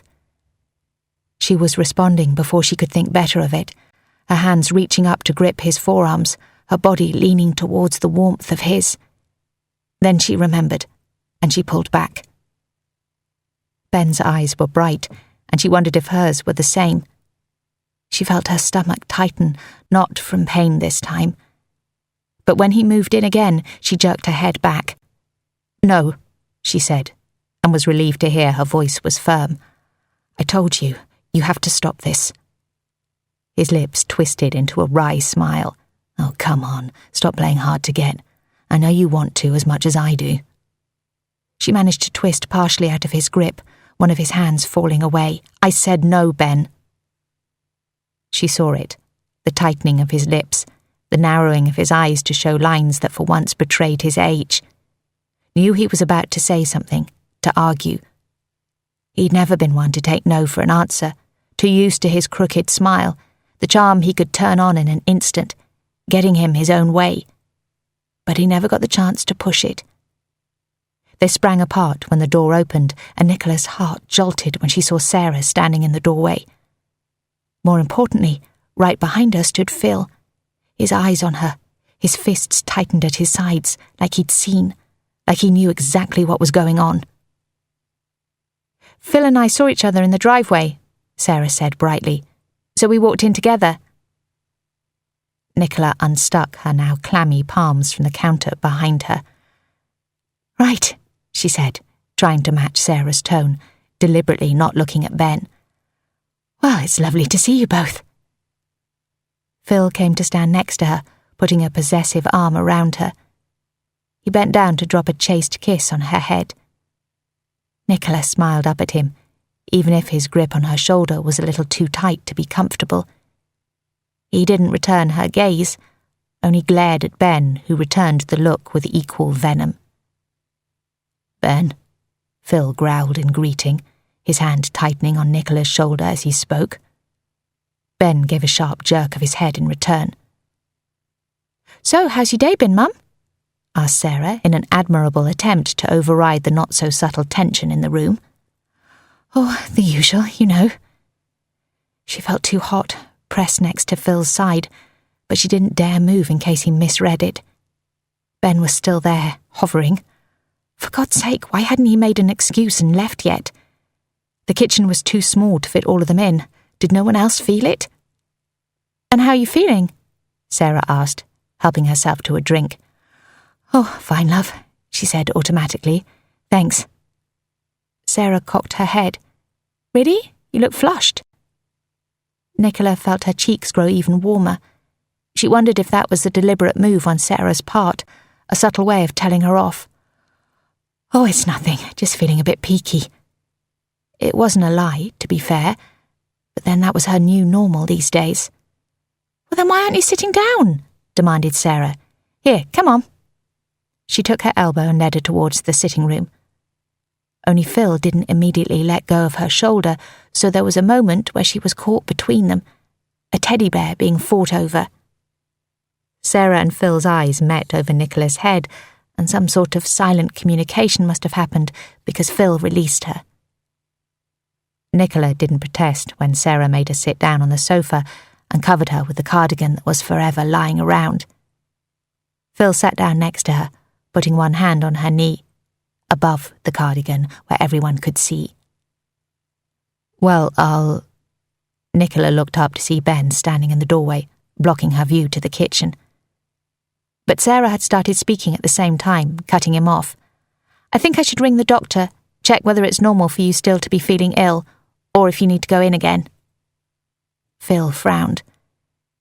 You said the doctor wasn't worried, didn't you, Nicola? Nicola felt her chest loosen just a little. Thank God he'd spoken at last. Much better than the moody silence. Well, yes, he... She trailed off with a hard, determined look in Sarah's eye. But if it'll make you feel better, love, then that's fine, of course. I'd appreciate it. She gave Sarah a tired smile, even as she felt Phil tense beside her. She knew he hated it when she sided with Sarah over him, even though he should know that she'd always pick Sarah over him when it came down to it. I'll ring the NHS helpline, I think, Sarah said. My phone's out of battery, though. Can I borrow someone else's? Ben? She swiveled to face him. Ben looked a little alarmed at being brought into it, but shrugged and said, Sure. He fished it out of the back pocket of his jeans. Thanks. What's the passcode? Ben took the phone, entered it in for her. Great, I'll be back in a minute. She squeezed past Ben in the doorway, forcing him further into the living room, and Nicola heard the front door open and shut. Wise of her, to take it outside when all three of them would no doubt be listening intently otherwise. But Nicola wished she had stayed indoors so they could do just that and avoid the horrible awkwardness that was now creeping through the room like fog. Phil edged closer to Nicola on the sofa, and Nicola saw Ben trace the movement with his eyes. I'll put the TV on, shall I? Nicola said with an attempt at a smile, deliberately not looking at either of them for longer than a split second. Even with the noise of some soap or other, she was sure the whoosh of relief she let out when Sarah re-entered the house was audible. Well, called Nicola, desperate both for the distraction and for Sarah to give Ben his phone back so he could leave. Sarah's damp hair was evidence that it was still raining. They think it's nothing to be overly concerned about, that you should concentrate on having lots of fluids and getting some rest. Nicola nodded. And sugar, Sarah added. Sugar will help if you're feeling faint. She spun back around, probably off to immediately dig out some sugar from the kitchen. This time Ben followed her, after a mumbled, I'll see you later, to Nicola. He'd never actually stand up to Phil in person, Nicola knew. Never tried to stake his claim, obviously. No, Ben preferred to do things quietly, unseen by anyone, avoid the confrontation. She supposed he and Charlie shared that trait at least. Phil edged even closer to Nicola once they were both out of the room, and she was suddenly hyper-aware of the way he took up so much room on the sofa. His breath was hot, tickling her ear as he leaned in to mutter, What was Ben doing here? She fought to keep her voice normal, though matched his low tone. Oh, he'd just popped in to say hello, you know? I don't like it. She wouldn't wince. She wouldn't betray any sign that something was wrong. But she was sure right then that he'd arrived too late to see anything, because otherwise there was no way he'd be this calm. But God, so close. She couldn't let it happen again. She didn't need something else in her life to fall apart. He's just being neighbourly, I think, checking up on me because I've not been feeling great. He grunted, glanced to the kitchen, then dropped his voice even lower. I saw him the other day, he said slowly, rifling through your things. Her pulse jumped. What? When? Just the other day, he repeated vaguely, It wasn't the first time, unfortunately, they'd all ended up in the same house together. "What do you mean, rifling?" she hissed. "In your bedroom. I thought he was just looking for something, but..." He finally eased back, though didn't let go of his grip on her knee. "I just be careful with him, okay?" "Ben wouldn't do anything to hurt me," she said automatically, even as there was a trickle of doubt creeping through. "Are you sure?" Phil asked lightly, and then before she could answer, "I'm just worried about you, Nicola. I'm just looking out for you, that's all." He squeezed her knee firmly, as if to reiterate that point. Nicola couldn't reply because Sarah reappeared with a packet of biscuits. She didn't want to draw Sarah into this, but rifling, the necklace. Ben had been adamant he didn't know it was there, but was there a chance he'd taken it deliberately? And if he'd taken the necklace, then... No, she stopped herself going down that route. Surely he couldn't have been the one who sent the note, the flowers. You will pay for what you did. Was there a chance that Ben knew? But surely he would have said something if he did. Surely he wouldn't still want her, unless kissing her, trying to seduce her, unless it was all part of a game, one for which she hadn't figured out the rules. Chapter 6. A day or two passed in a smoky haze, the constant nausea only getting worse through lack of sleep. She couldn't sleep, though, not just because of the cramps, the hot flushes, but because of the nightmares that plagued her every time she closed her eyes. You will pay for what you did. Every time she tried to sleep, her mind just conjured up images of what else they might do to her. This person she knew, who was close to her. Fiona, Ben, maybe even Phil. She wondered briefly if he'd known Charlie, if he'd asked her out because of it. But her internet searches had shown up nothing of the sort. Besides, she'd been married to Charlie for 25 years. Surely she would have discovered every single one of his friends during the course of that. Not that Charlie had had many friends. He'd always been one to enjoy his own company, hadn't ever been too bothered about what people thought of him. It was one of the things that had drawn her to him, in the beginning. "Nicola?" She tried to ignore him as she crossed the garden, the sound of his voice making her stomach churn. "Rifling through your things." She hadn't asked him if what Phil had said was true, couldn't think how to bring it up, and besides, like he'd take anything Phil said seriously. It was wet today and cold, colder than it should be in September. The garden was angry about the weather too. The greens were muted against the grey sky, and to her right, the gated part of the garden seemed wilder than usual, vines creeping up the edge of the gate, the big pink flowers poking their heads out of the mass of plants at the back near the hedge, defiant against the changing season. They seemed to watch her, those flower heads, staring right at her as if waiting for her to make her move. "Nicola!" It was only when Ben was practically on top of her, just outside her door, that she gave in and turned. "Didn't you hear me?" Ben asked, a little breathlessly. She didn't answer, glancing left to the pond in the corner of the garden instead of at him. The china hedgehog Emily had picked out at the garden centre over a year ago was still sitting there, positioned by Emily herself, close enough so it could take a drink if it wanted to. "You done at the shop then?" Ben asked. "Yep." She waited. "Nicola," he said, his voice low, soothing. "We need to talk about what happened." "Nothing happened," she said sharply. She unlocked the door and stepped into the annex, Ben right behind her, the height of him making her feel small, insignificant, powerless. She felt rather than heard him go to speak, but put a hand up to stop him, because her attention was on the kitchen. Big, muddy footprints, everywhere, all across the tiled floor, up the white walls, even on the ceiling. They swirled around her, those footprints, walking towards her, closing in on her. "Nix?" The sound of Ben's voice made her jolt. She'd backed right away to the door again, she realised, her back pressed against it. She had no idea what her expression looked like, but it couldn't be good, given the way Ben was looking at her. She looked down at the floor again and took a breath. There was only one footprint there. Only one. Like someone had noticed they'd left it, taken off their shoes to leave no more.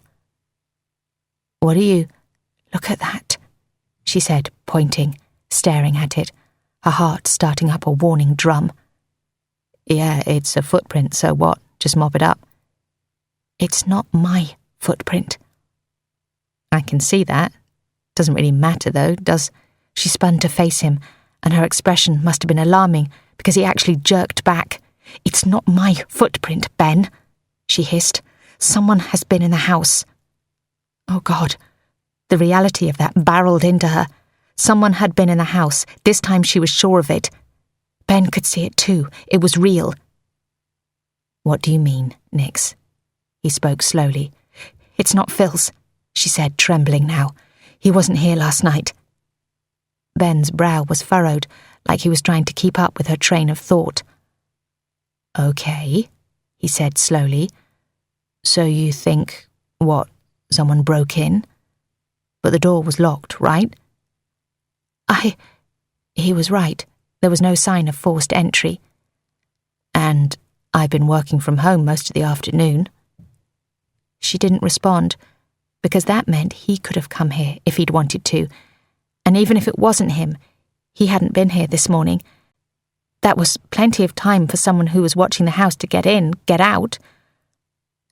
"Who has a key?" Ben asked, and his voice was overly soothing, like trying to calm a wild animal. He didn't get it. God, he didn't bloody get it. First Sarah, now him. No one understood. She tried to think logically, focused on his question. "You," she whispered. But if Ben had been here, left evidence, then why would he come up to her later like this? "Fiona, Sarah," but that wasn't a woman's footprint. "And Phil," she finished. "I gave Phil a key the other day." Her eyes met Ben's, and Ben tightened his lips. Well, too bad if he didn't like it. She had bigger things to deal with right now. "Well, there you go then," he said. "If you gave Phil a key, then I guess he's come round while you've been out." She nodded slowly. It could well be, the more reasonable part of her brain told her. Of course, he could have come in, noticed he was leaving a mess and taken off his shoes. And it would be just like him not to bother to clean up after himself. Why he'd want to come in when she wasn't here was beyond her, but maybe he'd hoped to surprise her, or walk in on her, she thought wryly. But still, she didn't move any further into the house. "Do you want me to take a look around?" Ben asked. She closed her eyes briefly, saw the word soon like it was etched to the inside of her eyelids, and she hated herself a bit for being so pathetic when she said, "Yes, do you mind?" "Not at all." He gave her a smile as he stepped past. A cheeky, cocky smile, one that reminded her of what he'd been like when she'd first met him all those years ago, one that reminded her of why she'd been tempted in the first place. It didn't take him long to do a sweep of the place and come back to where she was still standing rigid by the doorway. "It's all fine, Nix. Doesn't look like anything's out of place, nothing obvious missing. And I checked, there's no one hiding in the wardrobe or under the bed." He flashed her a grin, which she didn't return.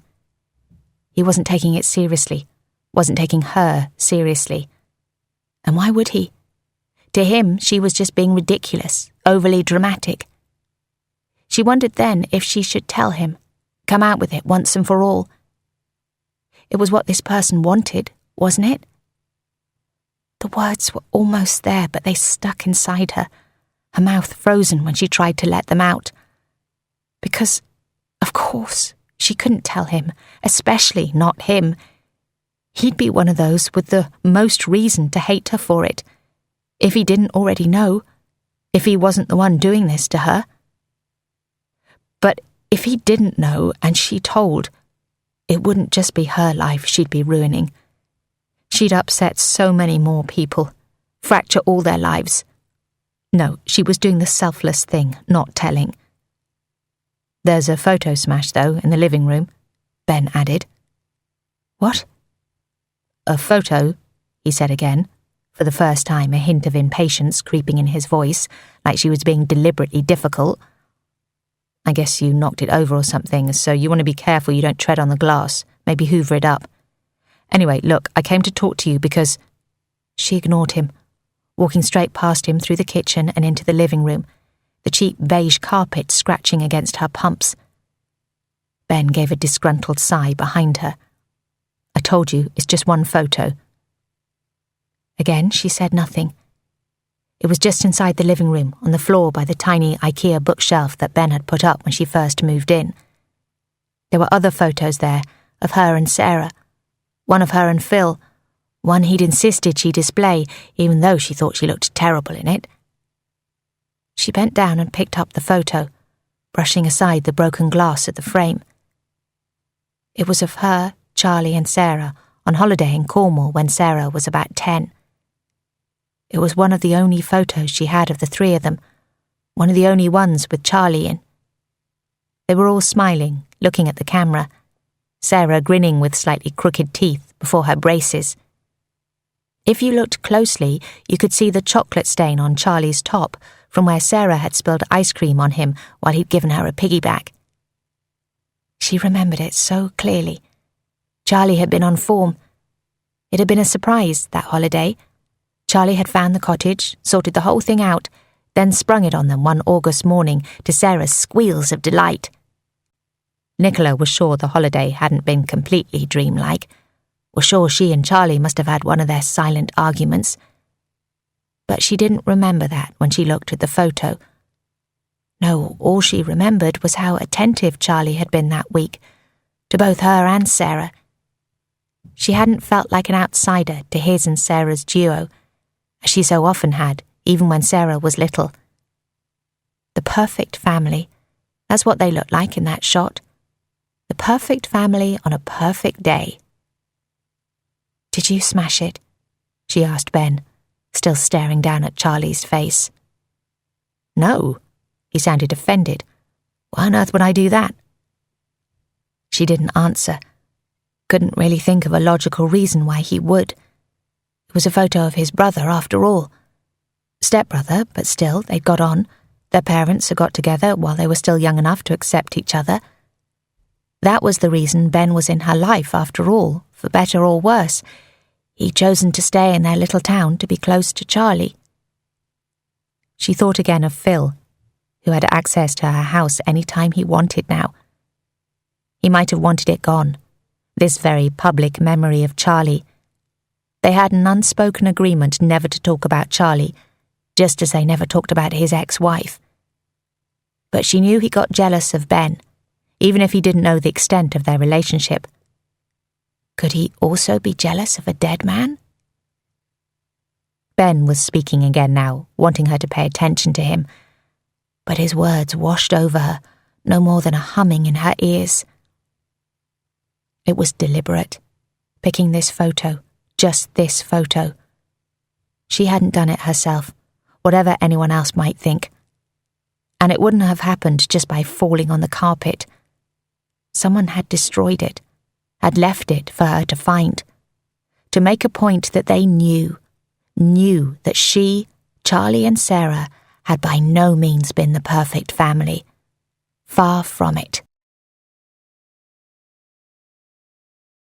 Chapter 7. It was the burning that woke her, angry flames caressing her skin. It took a moment for her to realise that it wasn't just the usual hot flushes, or not just that. Phil's toned, naked body was pressed up next to her, the heat pouring out of him and into her. Her hair was damp from sweat. Great. She may feel like shit, but she didn't want Phil to see her looking like it when he woke up. She sat up slowly so as not to disturb him, but even that was too much for her body. Her stomach reacted, churning, sending bile to the back of her throat that sizzled there. She was going to be sick. In one quick motion, she threw back the duvet and ran to the tiny bathroom, just making it in time. There There was nothing much in her stomach to come up, but that didn't stop her from heaving. She grimaced at the taste of it. When she was done, she stayed sitting on the floor, the cool tiles comforting against her burning skin. "Nicola, are you okay?" Phil tried the door handle, presuming it would be okay for him to just walk on in, and she was glad she'd thought to lock it. "I'm fine," she rasped. "Out in a sec." She clambered to her feet, stared at herself in the water-stained mirror. She looked just as she felt. Her skin grey, hair dull, her age showing more now than it ever had. At this rate, neither Phil nor Ben would want her, she thought wryly, even as something sharp closed over her heart at the thought of being left alone, unwanted. Menopause, yeah, right. But of course it wasn't just that. The stress of everything was getting to her, taking its toll, leaving her body unable to cope. She raised a hand to smooth her hair and frowned as it shook. This wasn't normal. Even if no one else believed her, she was sure this wasn't normal. She needed to tell Sarah. She'd come to that conclusion last night when she couldn't sleep. She couldn't let this go on anymore. She couldn't take it. The invasions of her home, the knowledge that someone close to her knew her secret and was holding it over her. So she had to tell, and she had to start with Sarah. She owed her that. Maybe she'd even understand once she'd explained it all, but she couldn't have a conversation with her when she looked like she was about to fall apart. She'd take some time to get herself together first.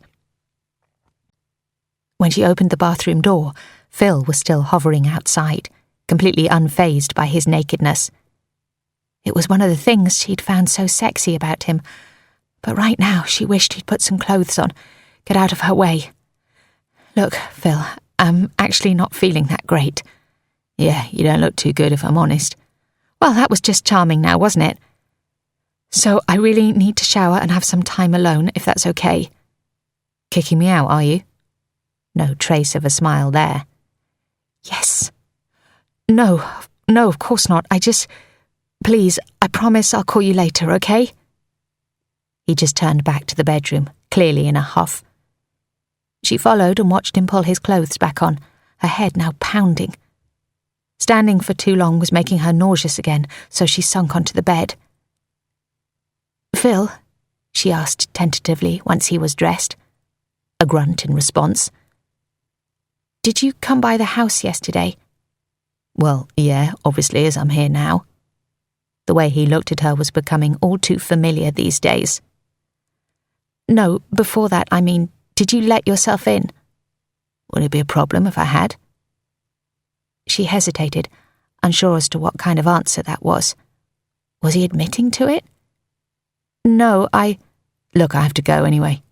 He was cutting her off, making the decision to leave his and not hers. "Right, okay." She wasn't going to argue, not when being alone was exactly what she wanted. More to clear the air than because she genuinely wanted to know, she asked, "And are you off to do anything nice then?" "And if I am?" For God's sake, she got that he was pissed off, but he was now being deliberately obtuse.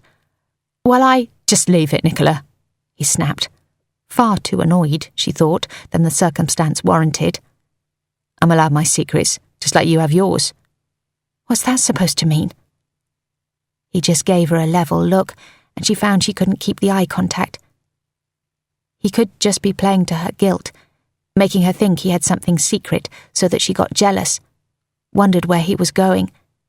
It would be like him, she was beginning to realise. Or else, scared. Could Phil think there was something going on with Ben? Had he wanted to make her worried so that she'd stop it? If so, she'd played right into his hands. What was the first thing she'd done when she got scared by it all? Call him because she couldn't stand to be alone. Could that be what this was about? His knowledge that there might be something more than friendship between her and Ben, and instead of asking her about it, he wanted to make her frightened enough to stop herself? She was still staring at him, little electric currents firing up in her brain, when he turned his back on her with a muttered, I'll call you later. The front door slammed moments after. She made herself send a quick text to Mary, telling her she wouldn't be in today, even though she knew it was the coward's way out, texting rather than calling.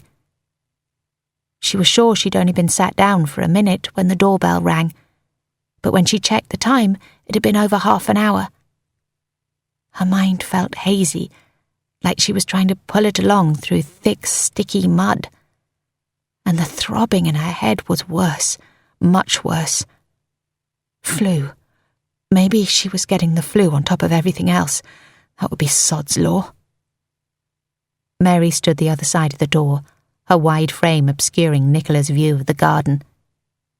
"Oi, chick, I just brought you some soup. Thought I'd check up on you on my way to the shop." Nicola took the thermos flask Mary offered and stepped aside to let her in, even as she resented her showing up like this.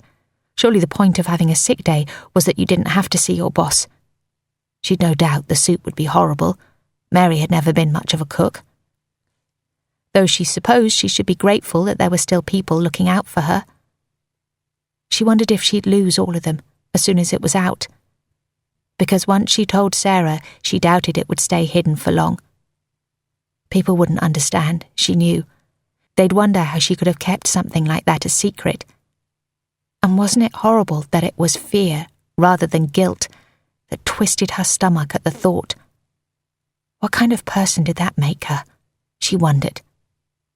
"You look awful," Mary stated. And Nicola realised then that she hadn't just come to be nice. She'd wanted to see if she was really ill. Nicola's breath scratched her dry throat on the way out. "Thanks. That's been the general consensus this morning." You been to the doctor?" "I will if it's still this bad tomorrow." And when she went, she'd ask for a different doctor, see if someone else would take her seriously. She wondered how long she had to talk to Mary for before she could send her on her way. "Well, I'll be on my way in just a tick," Mary said, as if she could read her mind, or perhaps her face.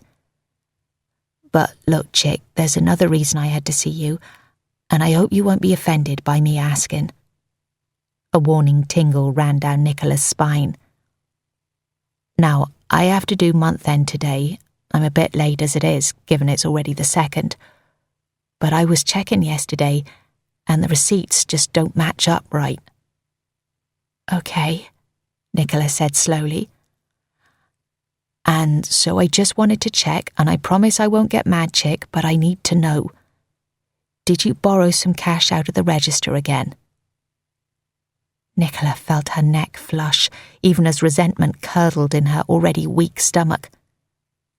One time. She'd borrowed money one time, just before it had all gone downhill fast with Charlie. He'd stopped working completely by then, and she'd been left to support them both. She'd thought they still had money in savings, something Charlie hadn't been honest with her about. But she hadn't wanted to dip into those non-existent savings to pay for her hairdresser's appointment, so she just borrowed £50. That was all, just £50. She'd had every intention of returning it before Mary noticed, which would have worked just fine if Mary wasn't so damn observant with her money. Still, she had given it back, hadn't she? And Mary had said she'd understood, that that would be the end of it. "No," Nicola said firmly. "I promise I didn't." She turned away so she didn't have to look at Mary's expression of disbelief. She picked up the soup, took it to the fridge for something to do, took her time while Mary stood in silence behind her back. When she turned to face her, Mary was a few paces away, by the windowsill where Nicola kept her keys. She refused to make eye contact, her gaze flicking to Nicola's and then away quickly, hands clasped behind her back. Why the hell was she acting so damn shifty? Did she just think Nicola was lying? Her head spun again, more violently this time, and she rested one hand on the fridge, breathing deeply, in through her nose, out through her mouth, to stop the wave of nausea from overwhelming her. "Are you all right?" Mary asked, frowning now. "No, I'm really not," Nicola said honestly, not caring in that moment what Mary thought of her. "You need to go back to bed. I shouldn't be bothering you like this. I'll go, leave you in peace." She made a funny sort of spasm movement that could be an attempt at a kiss on the cheek before she thought better of it, then let herself out with a hasty, "You feel better now. I'll see you soon." Why was everyone in her life acting so damn strange all of a sudden? Or maybe they weren't. Maybe it was her reading into every tiny thing, waiting for everything to come crashing down on her. She watched Mary cross the garden through the 2 clear panes on the annex door. It was a sunny, crisp day from the look of things. Not that she had the strength to venture out. Despite the sun, there were a few red-brown leaves collecting on the grass under the trees in the garden, the first one she'd seen. She swore the flowers were also losing their shine, colours muting to green and brown, the garden seeming to accept that it wouldn't be the centre of attention anymore, that it would soon be somewhere people only rushed through to get to their warm houses. It was so damn sad, this clear evidence that summer was now over, gone. Giving in to her leaden legs, she sank into a wooden kitchen chair and rested her head on her elbows on the table. And finally, she let her burning eyes, her tight, painful throat have their way. She let it all out as she cried. Chapter 8. She was getting worse. She'd taken some paracetamol, crawled into bed, and managed an hour of restless sleep, but it hadn't helped. Her head throbbed, her muscles ached, and this damn nausea just wouldn't subside. She'd Googled her symptoms, but she was pretty sure you couldn't get malaria in England, so it must just be the flu. The flu, stress, and the sodding menopause all at once. The blue curtains in her bedroom were still pulled shut from that morning, and the room was too dark, stuffy. She managed to get to her feet and walked round the bed to the windows to open them. The blaze of sunlight hit her eyes, causing sharp, angry pinpricks of pain. She winced, squeezing them shut until it subsided. When she opened them, she saw Fiona was out in the gated part of the garden, tending to those flowers that refused to be tamed. The part of the garden Nicola was too nervous to go to in case she did something to upset the plants. End of CD 2. CD 3.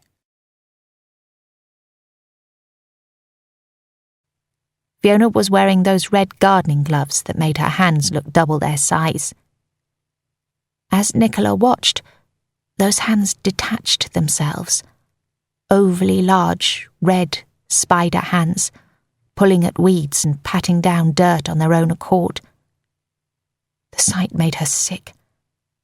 This, she thought to herself, was why the doctors wouldn't take her seriously when she told them she was ill, would ask why she'd thrown away her pills. Fiona seemed to sense her watching and glanced over to her, but looked away quickly when they made eye contact. Nicola flinched. Everything made her flinch these days.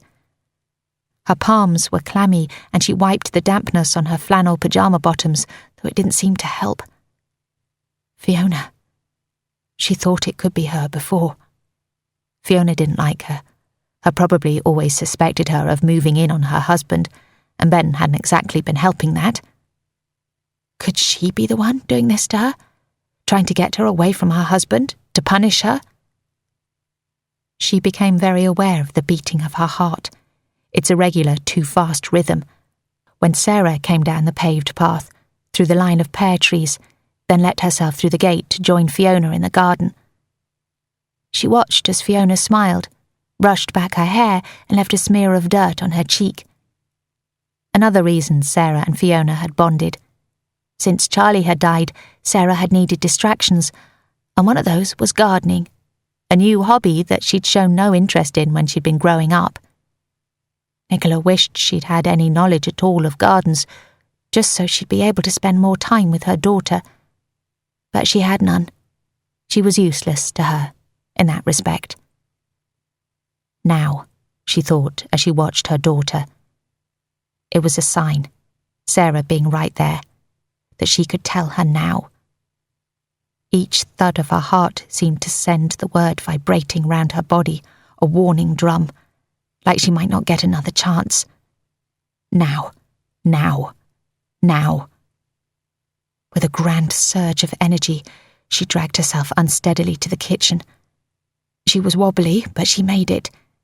Had almost convinced herself that she really was going to do it, that she really could tell Sarah, when the front door burst open, unwelcome light invading her home, piercing her already sensitive eyes. Charlie? For a moment he was right there, a familiar, sad, disappointed smile on his face, back from the grave to haunt her. But then she blinked and it was just Ben. She trembled as he came towards her, her vision too fuzzy to make out the intricate details of his face. "Nicola, you look pale." His words were slurred, and it took a moment to realise that it wasn't him slurring, but her mind distorting his voice. But she didn't get it out, because the next moment the grubby kitchen tiles were heading straight for her. Ben's arm was around her, pulling her up before she could hit them. "Whoa there. Now I'm not above women swooning in my arms, but this is a bit much." She was looking up at his face, so she saw his smile fade, saw his expression twist into concern, and was so pathetically grateful that someone cared. "Where's Sarah?" she managed. "Sarah? She's gone, I think. Saw her walking out to her car." "Why?" "Nicola, what's wrong?" But she didn't get the chance to tell him, because everything went dark. She was paralysed. Fear shot through her at the realisation that she couldn't move, couldn't call out. Then a lash of pain ripped through her stomach, snapping her fully awake and out of it. She was lying on her bed, but every part of her body felt as though it was lying on burning, jagged rock. Something was very wrong. The room was blotchy, and she could hear voices, but she didn't know where they were coming from. She thought she could hear Charlie, which couldn't be right. "Nicola? Nicola, are you okay? Are you awake?" When her vision came back into focus, she saw Ben holding out a mug to her. "You need to drink something," he was saying. And really, she was in no position to argue. Her head was still spinning, and she couldn't remember when she last drank anything, which surely wasn't helping. Ben cupped the back of her neck, helped her to drink the warm brown liquid. It tasted horrible, and immediately sent her into a coughing fit. Ben backed away, eyebrows furrowing around his lovely eyes. "Stay here," he said, and his words were too harsh for her painful head. She shook her head. "I'm serious, Nicola. I'll be back in a minute, okay?" But where did he expect her to go? She had nowhere to go. She remembered once she was alone again. Sarah. Before she'd blacked out, she was going to tell Sarah. She reached for her phone, but it went straight to voicemail. "Sarah." Her voice was slurred, hissing on the S. "Sarah, I need to tell you something." But it wasn't something she could say over the phone. No way. Ben appeared again. How long had he been there? He was watching her like he'd been listening to her, like he'd been waiting for her to finish. Had he even left? She couldn't think. Her head hurt too much. So much that she wanted to scream now with the pain of it, only she couldn't get her voice to work. And something else now. Unlike the stomach cramps or sickness, something ugly creeping through her, stinging her nerves. Fear. Fiona? Fiona was there too. She was looking at her with concern in her eyes. For some reason, that concern seemed hilarious, and she burst out laughing, and when Ben and Fiona only looked horrified, that made her laugh all the harder, until the laugh turned into sobs, and the sobs into a hacking cough that made her taste blood.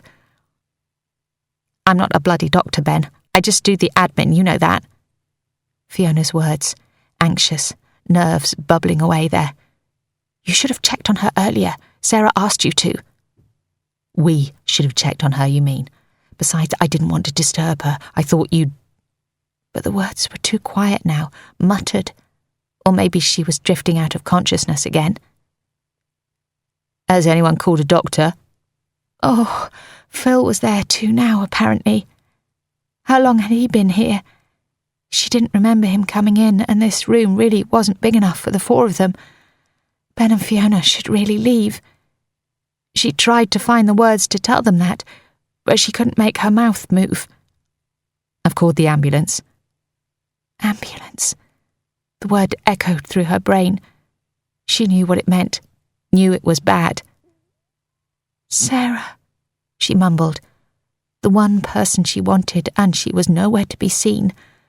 That wasn't fair. She didn't want it to be too late. Shh. Ironic that it should be Fiona comforting her in that moment, that the men who were more hers just stood idly by. We've called her. She'll meet us at the hospital. Did you manage to get through to her? Ben in an attempt at a whisper. Not yet. We will do, though. Fiona's voice was equally unquiet. I'm not deaf, Nicola wanted to shout. I'm not an invalid. I can hear you. But of course she didn't shout, because she wasn't sure she could actually shout. Charlie had reappeared. He was there for her. She knew it. Maybe he was there to punish her in her last moments, but she didn't think so. He looked too peaceful, too sad for that. And they'd loved each other, deep down, hadn't they? Hold on, Ben was saying, but she shook her head, just a fraction. He didn't know. He couldn't see Charlie. But she knew. In those last few moments, she felt the realization hit home. You will pay for what you did. She hadn't understood, hadn't taken it seriously enough, hadn't realized they'd meant she would pay the ultimate price. She became aware that her cheeks were sticky, tears streaking their way down them, so hot they were practically fizzing. She didn't want to go, not when she hadn't put things right. But she was so tired and in so much pain. And besides, Charlie looked okay, didn't he? Ben, Phil and Fiona were all still there, and they seemed to be edging closer, looking down at her with grim faces. She didn't want to see that. No, not now. So she closed her eyes. Hold on, Fiona was murmuring, and someone was stroking her hair. You're okay. The paramedics will be here soon. They'll give you something for the pain. Hold on, someone else repeated, and it echoed strangely around the room. Hold on, hold on, hold on. Can't, she mumbled, though she wasn't sure if she'd managed to get the word out properly. It sounded distorted even to her. What was that? Did she say something? Nicola? She was very aware of her heart in these last moments, of the way it seemed to speed up, like it was trying desperately to keep her alive, even as the rest of her body failed her. She opened her eyes one last time, saw their faces looking down at her, relief there on all three of them. They'd know soon enough that the relief was unfounded. There was so much that she should say, but it would take too long. Too late now to explain everything. So she shook her head sadly instead, looked at Charlie. It's in the eyes, you know, she whispered, and Charlie nodded. All in the eyes.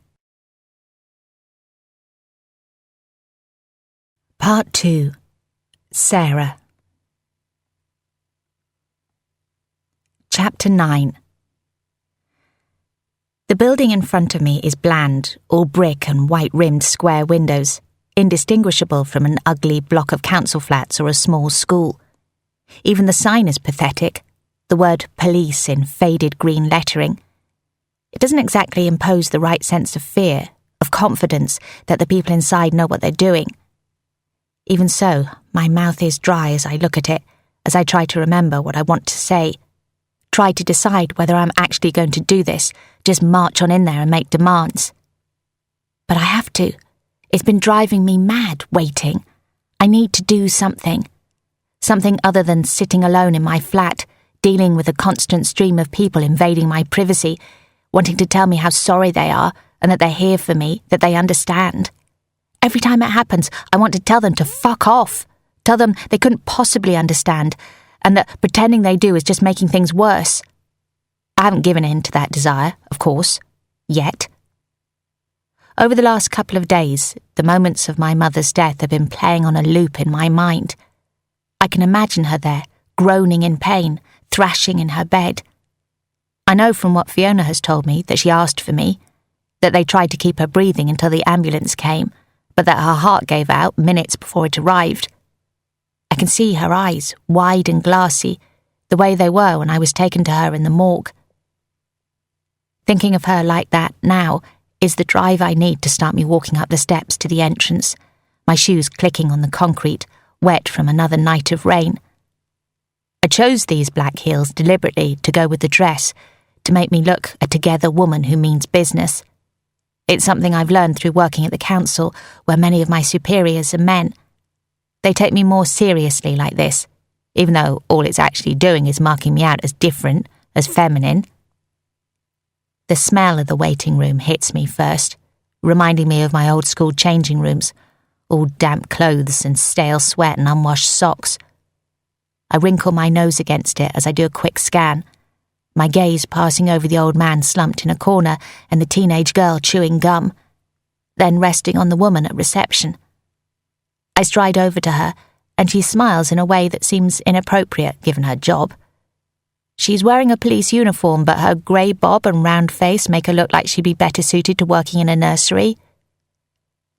I want to speak to someone about my mother's death, I say as firmly as I can manage. Okay, dear, she says. Who's the officer that you've been speaking to? There isn't one yet? So you want to report a crime, is that it? I take a slow breath, though immediately regret it when I inhale the ugly smell of the room. This is it, the whole reason I'm here, the reason I felt different waking up today, because I knew I would do it. The nerves in my fingertips thrum, but there's a moment, just before I speak, where I'm not sure I actually want to say the words out loud, not with this woman looking at me in her sickeningly patient way. No, I say on an exhale. My mother died 2 days ago. I want to know what you're doing about it. Right, says the woman, frowning. So maybe despite my carefully chosen outfit, I'm not doing that well at coming across like a sane person after all. You wouldn't be sane either, I want to hiss at the woman. You wouldn't be so calm if you hadn't been able to sleep for 2 days, if you'd been through what I've been through.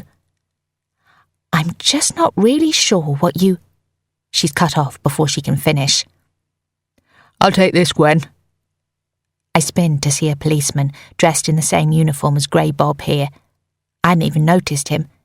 He gestures for me to follow him, and after a brief pause, I do so.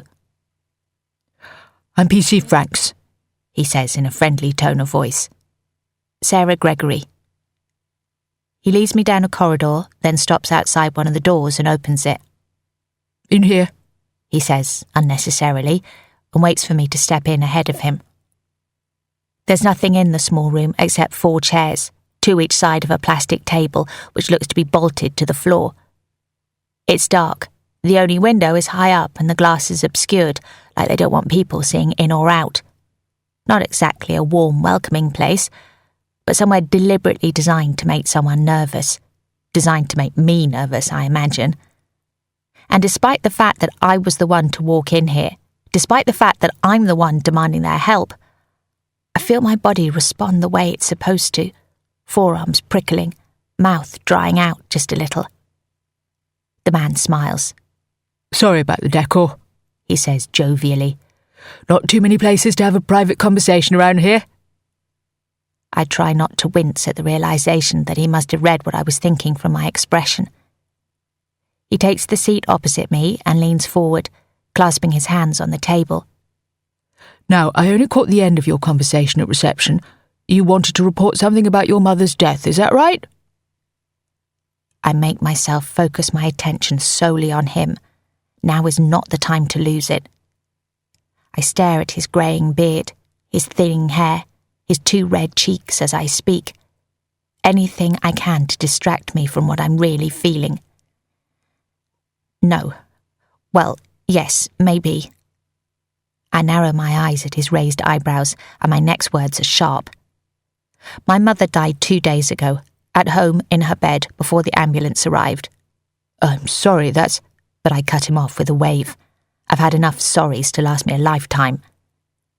The doctor said at the time that it was likely natural causes, a heart failure, but we're waiting for the autopsy results. At this, the policeman frowns. Well, if it's a natural death, then there's not really much we can... No, you don't understand, I say, and without meaning to, I'm leaning forward across the table too. It wasn't natural, it can't have been.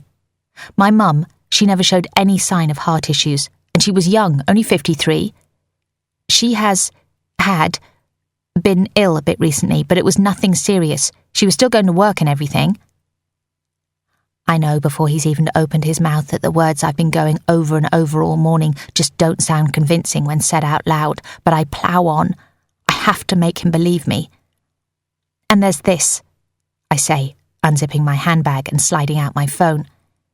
He looks down at it, but I don't let him even open his mouth to get the first word out. She left me a message on the night she died. I press my lips together, psyching myself up to hear it again. Then, without asking him, I press play. My mother's voice rings out, the little room giving her hoarse, slurred words an almost echoing quality. I know the message off by heart, but it still makes me grimace, makes me dig my nails into the palms of my hands as I fight to keep emotion at bay. Sarah, I need to tell you something. I don't think I've got much time left, and I don't want to go without you knowing. It's been driving me crazy, keeping it from you. You have to understand.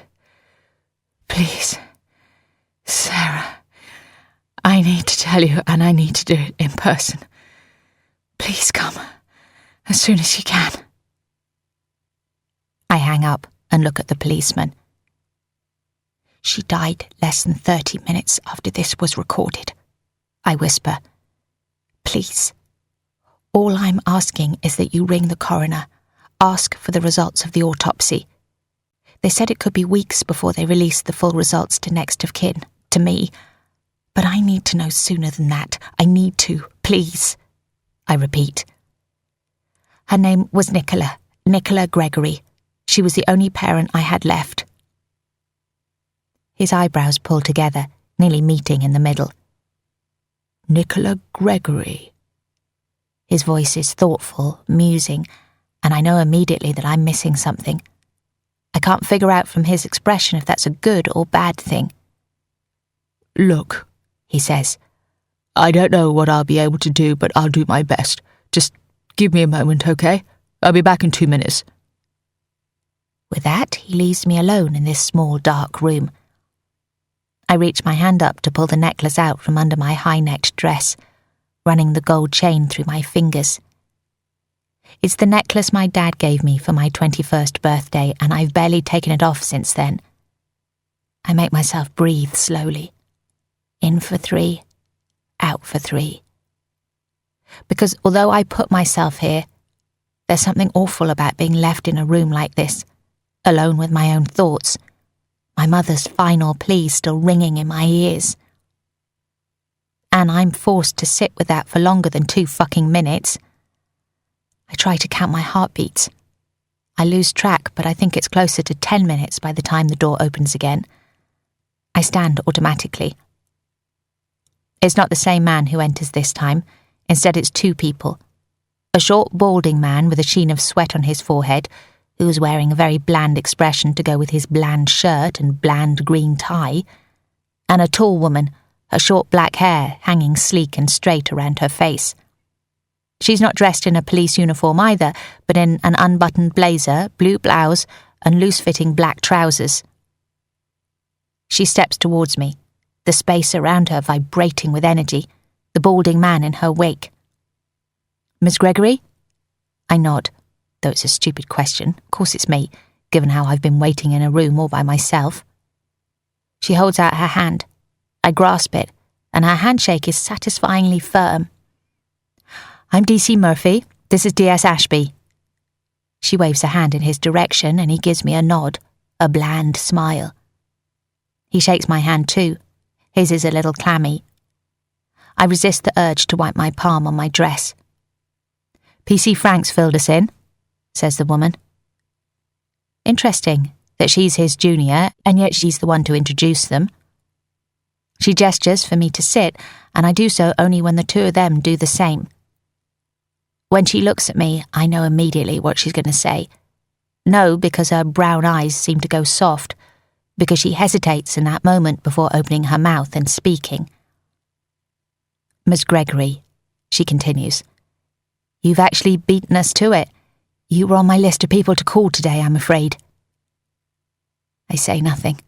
I don't need to. They already know why I'm here, what I think. Murphy's gaze is unnervingly direct on mine. "You came here because you believe there was something suspicious in the way your mother died, am I right?" I nod, waiting for her to get to the point. "Well, I can confirm that we've already spoken with the coroner." I reach up to clutch my necklace again, my throat tight. "We're still waiting for a more comprehensive report, and the pathologist still has some tests to do, which is why you won't have heard anything yet. But as it stands, the results seem pretty clear on one thing." "Go on!" I want to shout at her. "Tell me!" She clears her throat, glances at the other detective. "I'm afraid it looks like your mother died from poisoning, Miss Gregory." And there it is. Poisoning. For a moment, everything stops, the word causing a ringing inside my own head, eclipsing everything else. The two of them are watching me, waiting for my reaction, but I close my eyes to block them out. All I feel in those first few seconds is an intense relief coursing through me. They don't think I'm mad. They don't think I made it up. They're going to do something about it now. The other emotions will come, I know, when I'm alone. But for now, in this dark room, I feel as though I suddenly have space to breathe. I open my eyes. "So, what exactly are you saying?" I ask, my voice croaky. "What does this mean?" I let go of my necklace, drop my hand to my lap. It's an unnecessary question. I know what it means. And it's clear they both know that I know from the way they are watching me. The man's head tilted, the corners of the woman's mouth turned down in sympathy. But I need to hear them say it. It's the man who speaks. His voice is patient, but too even, given the gravity of the situation. "Well, Miss Gregory, it means we'll be opening a murder investigation." Chapter 10. Detective Constable Murphy glances at Ashby the moment she shuts the door on Sarah Gregory behind them. Sarah has agreed to wait a little longer, to be formally interviewed about her mother's death. But Murphy and Ashby need a moment to get their thoughts together, to make sure they're on the same track before they do that. They weren't expecting this. It was only late yesterday evening that they got the confirmation that Nicola Gregory's death was indeed suspicious, the pathologist having called in, uncertain and a little apologetic. Murphy understands why she'd taken that tone, why she'd been unwilling to call attention to her findings. The PCs checked it out as per protocol when Nicola Gregory's death was first called in, but had seen nothing to be concerned about, no need for the police to get involved. So when the pathologist had proven them wrong on that front, the whole team had been given a good bollocking. Needless to say, everyone is still a little on edge. And the victim's daughter showing up saying she's known all along it wasn't a natural death isn't exactly helping things. Murphy waits a beat for Ashby to speak, but when he says nothing, asks, "What do you think?" Ashby runs a hand across his clean-shaven jawline, leans against the wall of the corridor. Hard to tell just from that. What makes her so sure her mother was murdered? That's what I want to know. Well, she was, Murphy points out, to which Ashby simply raises his eyebrows in a condescending sort of way. Murphy grits her teeth, tries to get in a subtle shoulder roll. He's like this with her, Ashby, always judging every little thing she says, even if she just means it as an offhand comment. Little digs to remind her that he's senior to her, even if he's only just senior to her. She wonders if it's because she's a woman, or if she's reading too much into that. She doesn't know him that well yet, given he's based out in this little town and she's only on loan from Bristol. The message, though, Murphy carries on. You've got to admit that looks a little suspicious. Ashby gives a non-committal grunt. Unable to take the resulting silence, she adds, Besides, people do this, don't they? Look for something to blame it on, or someone. They want to believe there's a reason for death. Another infuriating eyebrow raise. People do what, exactly? Jump to the conclusion that a loved one was murdered. I'd say it's more traumatic to think someone was murdered rather than accepting they died of natural causes, wouldn't you?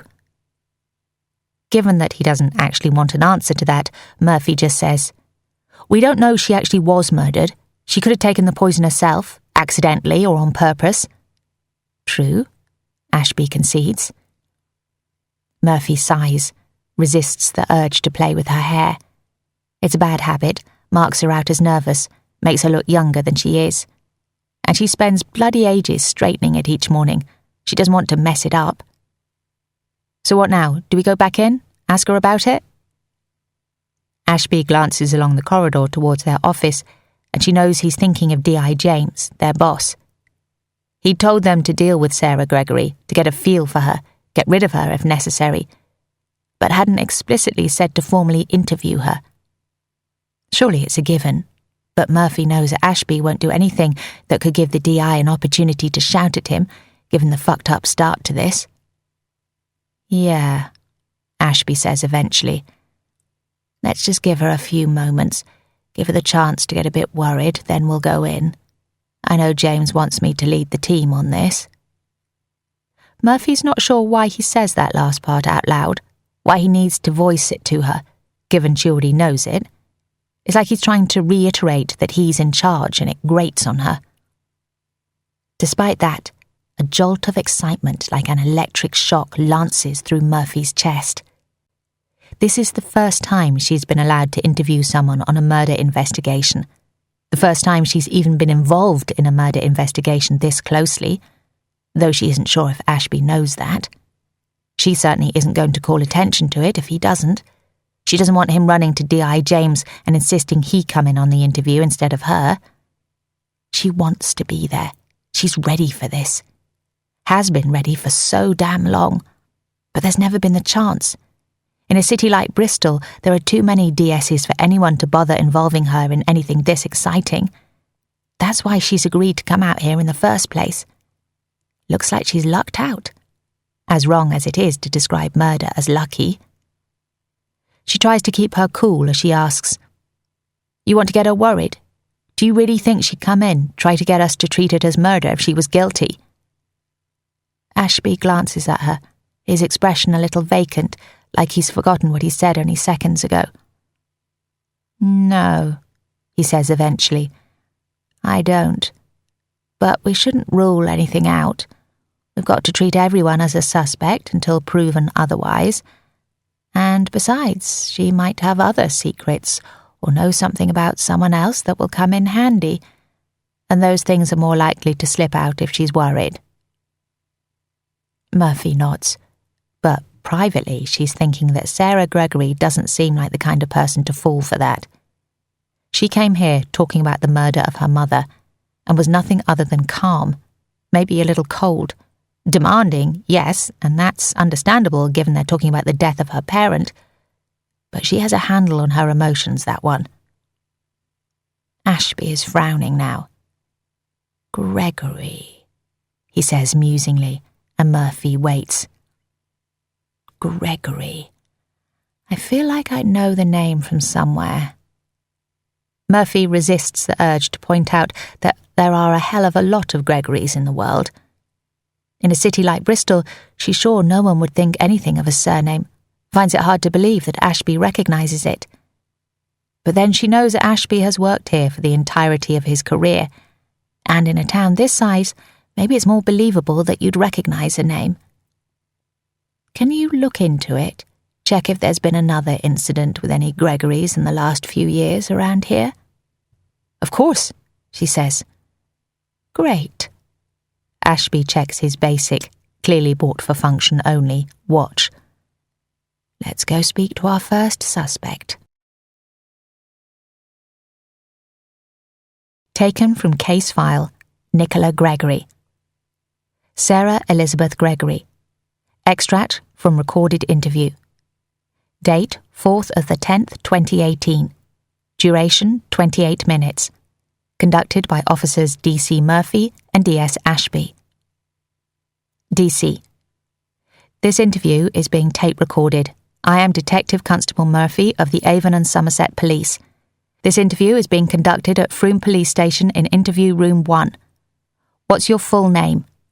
S.G. Sarah Elizabeth Gregory. D.C. And could you confirm your date of birth for us? S.G. 17th of the 11th, 1995. D.C. Also present is D.S. Detective Sergeant Ashby. D.C. Great. The date is Thursday, 4th of October, and by my watch, it's 11:08 in the morning. Ms. Gregory, I know I've already said this, but I need to point out that this is an out-of-custody interview. S.G. Right, you said, and it's Sarah. D.C. Sarah. So this means you're not under arrest and are free to leave at any time. S.G. Well, yes, I should hope so. I'm the one who told you my mother was murdered. I thought you wanted to talk to me to find out what happened to her. D.C. That's exactly right, yes. This is just a formality. And I'm sorry, Sarah, as another formality, I need to reiterate that you understand that you are entitled to free legal advice. So if you'd like a solicitor present, then we can arrange that. S.G. Why would I need a solicitor? D.C. I suppose that's something only you can know. It's completely up to you. Now, before we ask you any more questions, we just need to let you know that you do not have to say anything, but it may harm your defence if you do not mention when questioned something which you may later rely on in court, and anything you do say may be given in evidence. S.G. I suppose that's another formality, is it? D.C. That's exactly right, yes. S.G. OK, fine. D.S. OK, thanks, Detective Murphy. We'll get started then. I'd like to reiterate that we're very sorry about your mother's death, and we will be doing everything in our power to find out how she died. S.G. Inaudible. D.S. I'm sorry, Sarah, could you repeat that? You need to speak up for the voice recorder. S.G. I said I hope that's true. D.S. I can assure you it is. Now, you came here today to tell us you thought there was something suspicious in the way your mother died. S.G. That's right. D.S. Can you tell us how exactly you concluded that it wasn't a natural death? S.G. It's like I said before. The paramedics initially put it down to heart failure, but we have no history of heart problems in our family, and my mum was young, only 53, so there's no way it just gave out one day. I knew she couldn't have just died like that. And then there's the message she left on my phone. D.S. Right, the voicemail you played us, which stated that she had something she needed to tell you. S.G. Yes, exactly. D.S. And do you have any idea what it was that she wanted to tell you? S.G. I honestly don't. I've been turning it round and round in my mind and I keep coming up blank. But it's a pretty big coincidence, isn't it? That she wanted to tell me something and then the same day she dies. It's like she knew that something was about to happen to her. DS. It's interesting, certainly. But couldn't she have wanted to tell you something because she felt herself getting ill? Why are you so sure that someone else did this to her? SG. I've already told you this. My mother was healthy up until recently, so when she died, I just knew something was wrong. I never said I knew it was poison. I just wanted someone to look into it when everyone was accepting she died of heart failure, for God's sake. DS. Isn't there the possibility, though, that this could have been an accident? SG. What, that someone accidentally poisoned her? That comes down to the same thing, doesn't it? Someone killed her. DS. Or she could have accidentally poisoned herself. SG. What? That's insane. She was an intelligent woman. There's no way she'd just eat something poisonous or whatever and not realise it. Besides, surely then she'd have gone to get help as soon as she realised. DS. All right. The other thing we have to consider here is that this might have been a deliberate move on your mother's part. SG. What's that supposed to mean? DS. Well, did your mother ever seem inclined to want to hurt herself? SG.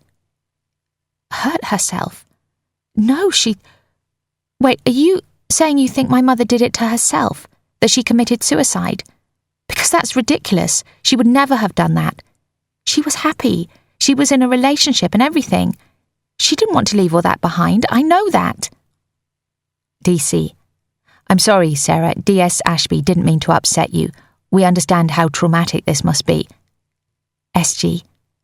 Have either of you ever had a parent murdered? DC.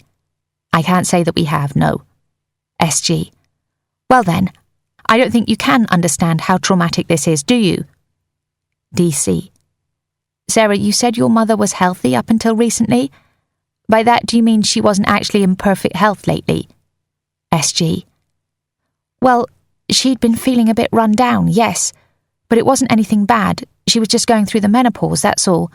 And that's another thing. She went to the doctor about it. Would she really have gone to the doctor if she'd been planning on killing herself? DC. Ms. Gregory, Sarah, like I said, DS Ashby didn't mean anything by it. We have to consider all avenues, as I'm sure you'll understand. Moving on, though, can you think of anyone who might have wanted to hurt your mother? SG. I don't know. She didn't have any obvious enemies or anything, if that's what you mean. She was an incredible woman. It makes no sense why someone would have wanted to do this to her. DC. You said she was in a relationship? SG. Yes, that's right. Phil is his name. Philip Daly. But were only going out for about 6 months. DC. What about your relationship with your mother? Were you close? SG. Yeah, we were. I'm not saying we always saw eye to eye growing up, but she was my mother, you know? And I'm her only child. I was making sure I spent lots of time with her recently. I saw her a couple of times a week at least. That's why I'm so sure this wasn't her doing. She would have told me if she was struggling. DC. And were you there when she died? SG. No. I wish I had been. I wish I'd had the chance to say goodbye, at least. Sorry, DC. That's okay. Take your time. SG. Fiona, my aunt, called to tell me what was happening, but I didn't get the message in time. Just like I didn't see the message from my mum until it was too late. DC. All right. When was the last time you saw your mother? SG. 3 days ago. I went round to her place. She was feeling a bit run down, but I called the doctor. They said it was nothing to worry about. And then, well, I saw her through the window the day she died. I didn't go in the house, just popped round to give Fiona some seeds for the garden I said I'd pick up. I was late for work, otherwise I would have. I wish I had gone in. Maybe I would have noticed something was wrong in time. Maybe I could have stopped it. Chapter 11. When I get to work the next day, everyone is staring. The morons try to pretend they're not, gazes flicking away the moment I meet them, back to computer screens. But their hands are dead still on keyboards, eyeballs unmoving. They know, of course. Even if it hadn't been in the local news, it's a small town and people talk. They know my mother was murdered. I head for my desk, next to the window that looks out at the bus station, pretending I don't notice that I'm the centre of attention. I'm halfway there when my boss, Henry, blunders out of his little office and does a double take, despite the fact I told him I'd be coming back in today. Sarah! He beams at me, his red face already shiny despite the fact it's only 9 a.m. How are you? I'm fine, thanks. My voice is clipped, but I don't have it in me to be concerned how Henry would take that. Happy to be back? He says nothing, though. He glances a little frantically around the office, as if hoping someone else will jump in. I'm just going to sit down, get on with my job if that's okay. I need the distraction it will give me. Right, yes, of course. He runs a hand over his balding head. Well, I'll let you get on with it then, and if you need anything at all, you just let me know, okay? We're all really, awful thing to happen, just awful. Thanks, Henry. I wonder how many times I'll have to thank someone today for their words, their concern. Also fake, isn't it? I've nothing to thank them for, but it's part of the dance I have to go through, even if it makes me want to fucking scream. Lizzie, the small redhead girl who sits next to me on our row of sardine desks, gives me a hesitant smile as I sit down. She already has her headphones plugged in and is typing away. As far as colleagues go, I like Lizzie, precisely because of this. She leaves me alone, I leave her alone, and we both tick along nicely. It helps that she started after me, so although she's a little older, she doesn't have that inferiority complex so many of them seem to have. It was the same at school, though rather than the other girls being jealous that I got good marks so easily, now my colleagues don't like that I'm working my way up through the levels so quickly, don't like that I have ambition and that I don't bother to hide it. Those of them who've been here long enough think it's just because my dad used to work here that I've managed to do well, which is utter bullshit. I shove my handbag under my desk and frown. Someone has been sitting here while I've been away. The computer screen is wonky. All my pens are mixed up, and there's a ring of dried brown liquid on the white plastic desk next to the keyboard. People are just so fucking inconsiderate. I straighten the monitor, then head to the kitchen to get something to clean the desk with. I feel the whole bloody office trailing me with their eyes. I imagine they're waiting for me to break down in floods of tears or something. It would probably make them feel better if I did just that. I have a feeling they see me as a bit of an ice queen, so some emotional turmoil would make them feel on more of an even footing. But that is just another reason not to do that, to keep it together. I won't give them the satisfaction. They should be trying to make me feel better on my terms, not trying to alleviate their own discomfort. When I get back to my desk, I wipe it down and sort out the pens. Lizzie raises her eyebrows at me and I grimace. She nods and returns to her typing. I start to wade through the backlog of emails from a local resident trying to get planning permission, but my office phone rings almost immediately. I answer it without thinking, then immediately regret that decision when I hear who it is at the other end. Sarah, my darling, I thought I might get you here. Hi, Fiona. I'm so sorry to ring you at work, she says hurriedly. Then don't, I want to say. But it's Fiona, and unlike my colleagues, I believe she genuinely wants to help. Ben and I have been trying to get hold of you, but you won't answer your phone. We're worried about you. Fiona is worried, I'm sure. Ben, I doubt. He's probably thinking about him and his loss more than me. I know, I say on a sigh. I'm sorry. I haven't wanted to speak to anyone, to be honest. I understand that. Really, I do. But we need to stick together. We're family, you know? I glance at Lizzie. She still has her earphones plugged in. But still, I hardly want to talk about this here. Work was supposed to be a safe place, somewhere I could try to put it all aside, try to get away from this, and Fiona is ruining it, no matter what her intention is. I know, I say again, but you need to give me a bit of time, okay? But I need to...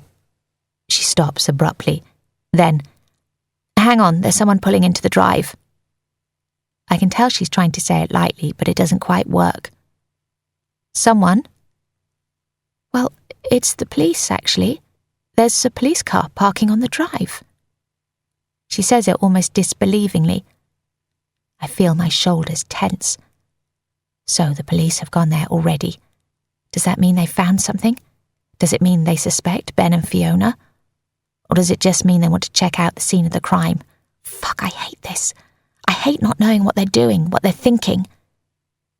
God, Sarah, you don't think something has happened to Ben, do you? Fiona's voice is breathy. What? No, why would you... It dawns on me then. She doesn't know. She didn't read the evening news. The police haven't told her yet. How the hell she's managed to avoid someone blurting it out to her, I don't know. But she doesn't yet know my mother was murdered. She has no clue what the police are doing there. That would explain why she'd call me at work, why she'd still insist that we all need to get through it together. That might change once she knows what's going on, knows that my mother was poisoned in her own home. Shit, maybe I should tell her. I haven't wanted to, obviously, haven't wanted to speak to anyone about it after I told the police. But she'll feel terrible when it comes from them and not from me. Fiona... But I can't do it. Can't just blurt it out over the phone, not with half the bloody office listening. Luckily, she doesn't seem to be paying attention to me anyway.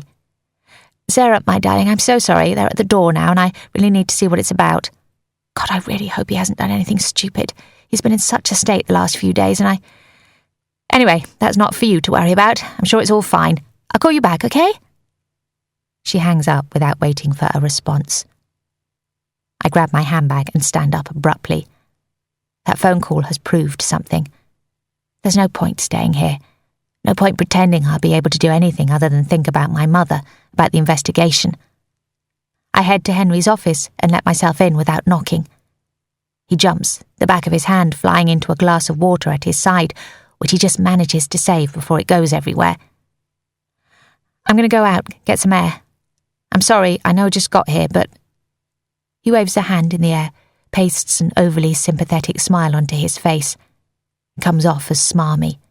It's fine, Sarah, whatever you need. I'll try and come back later if I'm feeling up to it. Of course, of course. And are you doing anything nice for the weekend? He flushes, like he's realised his mistake immediately. I wonder whether to lie just to avoid making him uncomfortable, but lying would take up too much energy right now. It's the anniversary of my dad's death. I don't tell him anymore, and he doesn't ask, his face going even redder if that's possible. Well, I'll see you when you're back, but there's no rush, you take your time. Thank you. I shut the door and leave him staring after me. Take your time. I know he really means it. The problem is, I'm not sure if he means it for the right reasons. I worry him, despite the fact I'm excellent at my job, that my good work reflects well on him. Henry has worked for the council for 20 years, and I know he doesn't like the possibility that I'll keep working my way up, that maybe I'll be after his job one day in the not-so-distant future. I head to my car the moment I'm outside. My dad used to cycle to work, setting an example to the rest of the council, given that we're supposed to be reducing the traffic in the town centre. But I live too far to walk if I'm running late in the mornings, and I bloody hate cycling. Besides, I'm not like him. Not as good as him. I slip my iPhone out of my pocket and find the number that Detective Murphy gave me, her direct line for me to call if I think of anything important. She answers on the third ring, and though perhaps I should feel pleased by that, It actually worries me. Why isn't she in there talking to Fiona? Hello, DC Murphy speaking. Her voice is efficient, not like the calm, soothing one she used with me at the police station. Hello, Detective Murphy, this is Sarah Gregory. I use my work phone voice, the one I used to deal with annoyed residents or contractors. I'm sorry to bother you, but I was wondering if there are any updates on my mother's case. Hello, Sarah. Is it me, or is her voice now just a bit too cautious? Thanks for calling, she says in a way that makes it clear she is not thanking me at all. But I'm afraid there have been no new developments since yesterday. As I said, we will keep you updated as and when we have anything concrete. Lies. She's lying to me. She's got to be. That's it, I snap, then bite the side of my tongue to remind myself to talk more calmly. Getting angry won't get me anywhere. If there was any news, I'd tell you, I promise. Her voice is soothing again now, so maybe she can tell I'm on the edge, hanging by a thread. I tap my index finger on the steering wheel, take a sharp breath. Have you spoken to the coroner? Excuse me? In more detail, have you spoken to him? Well, like we said yesterday, she's confirmed that the cause of death was poison, but we're still trying to work out exactly which poison was used. She sighs, and I imagine she's resigning herself to talking to me. As well she should. I'm a victim in this, for fuck's sake. There are lots of poisons that have similar effects and look the same, so it may take a bit of time. But once we narrow it down, that should make it easier to find out exactly what happened to your mother. Who exactly did it is what she really means. I pause, unsure as to whether to push it further. But maybe that's not the best right now. I don't want to piss her off. I need her on my side. So instead I ask, Did the coroner say whether it would have made a difference if she'd got to the hospital earlier? Would she still have died? I realise I'm gripping the steering wheel tightly as I wait for the answer, and let go. We can't be sure of that, I'm sorry. Her voice gentles with this. She's a barrel of contradictions, this woman, and it unnerves me that I can't get a read on her. People are usually much easier for me to get a handle on. It's part of the reason I don't connect with many of them. I see straight through them. You mustn't blame yourself, though, Murphy says. It very likely wouldn't have made a difference, if indeed whoever was poisoning her was trying to kill her. It's their fault, Sarah, and theirs alone. I know that, I say stiffly, the effort of keeping emotion out of my voice almost painful. But you don't get it. I might not be responsible, but I feel responsible. The truth of that vibrates through me, guilt snaking uncomfortably through my stomach. She was ill, I say quietly. I told you that. She was just a little ill in the weeks before she died, and I brushed it off. She thought it was the menopause, and I accepted that, and now it seems like... I take a breath. I didn't notice something was wrong, and I should have. So I need to know what you're doing to find who did this to her. Sarah, we really are sorry for your loss, and the family liaison officer will be in touch with you very soon to... I don't want to speak to them, I want to speak to you. I knew they'd do this, try and cast me aside. Well, I can promise you that we're doing everything we can. I can't tell you the ins and outs of a murder investigation. I can't keep you abreast of everything we're doing. I hope you can understand that. But I will keep you updated on any big developments. I hear something in the background her end, a muttering. Oh, actually, Sarah, there is one thing you could do to help, she says, her words coming quicker like she's worried I'll hang up before she can ask, or like she has somewhere else to be. It would be really great if you could let us look at your phone. I frown. It makes sense for them to ask, I suppose, but I hadn't expected them to do so this soon. What? Why? Just to see if there are any messages from your mum or about your mum that might be useful, There aren't, I say bluntly. I would have shown you if there were, like the voicemail. And don't you have my mum's phone? Wouldn't you be able to tell from that if someone had been sending her anything weird? We are looking at her phone, yes, but it would also be useful to look at yours, see if there's anything there that doesn't mean anything to you but might mean something to us. I promise it won't take long, a day perhaps. I hesitate. I haven't been without a mobile phone for longer than a few hours since I was about 10. But I can't exactly refuse them, not when they're using it to try and solve my mother's murder. So I agree, telling her I'll drop it by later, and we hang up. Then I just sit there, clutching my phone. The blood is pounding in my ears and my chest feels tight. So tight I'm surprised it isn't crushing my heart. Maybe it is. Maybe that's how I'm able to keep it together, how I'm able to go through all this. Because my heart is crushed, useless. The bakery my dad loved is just across from my work. I have to see it every time I'm in the office, though I've learned to mostly keep my head down, ignore it. But today, because my emotional barriers are straining already, I allow myself a glance at it, and an image flashes into my mind of my dad, my mother and I all sitting on one of those tables outside. I must only have been about 7, and it's one of my clearest memories from that time, though there was nothing particularly special about it. It was summer because I was wearing shorts and a t-shirt in the days when I refused to wear dresses, and Dad's arms were golden brown. I'm laughing so hard in my memory, and Mum is smiling too because Dad is saying something stupid, foam from his cappuccino on his top lip, icing sugar on his chin, pretending not to notice they're there so I can make fun of him. I remember how special he made me feel. Not just then, but always. He was so quiet most of the time. Like me, he didn't need other people around him to make him happy. But he always wanted to be around me, constantly finding ways to make me smile. And I was the only one who could cheer him up, too. The back of my eyes burn and I blink away the wetness. I haven't come to terms with it yet. There have been moments, a handful of them, and always only fleeting, where I seem to forget. Forget about the fact that the people who were my entire world growing up are now gone. That a huge part of what made me, me, has been snatched from me. So maybe, someday, those moments will grow longer. Maybe I'll be able to make sense of it all and will be able to figure out who I am without them. But for now, I have to focus on getting through it.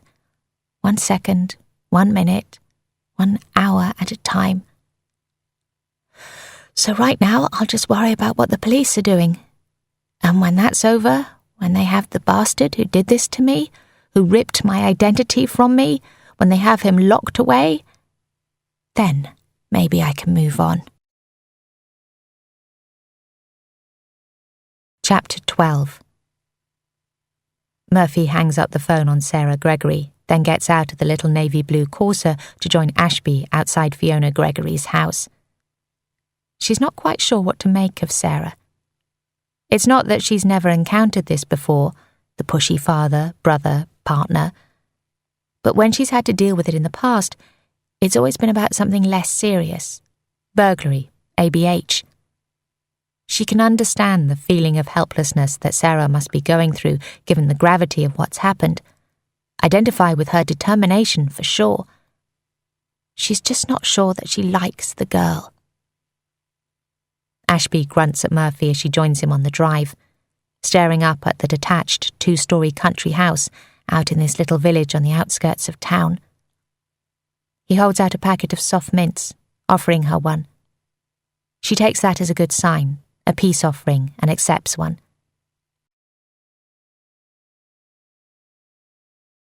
End of CD 3.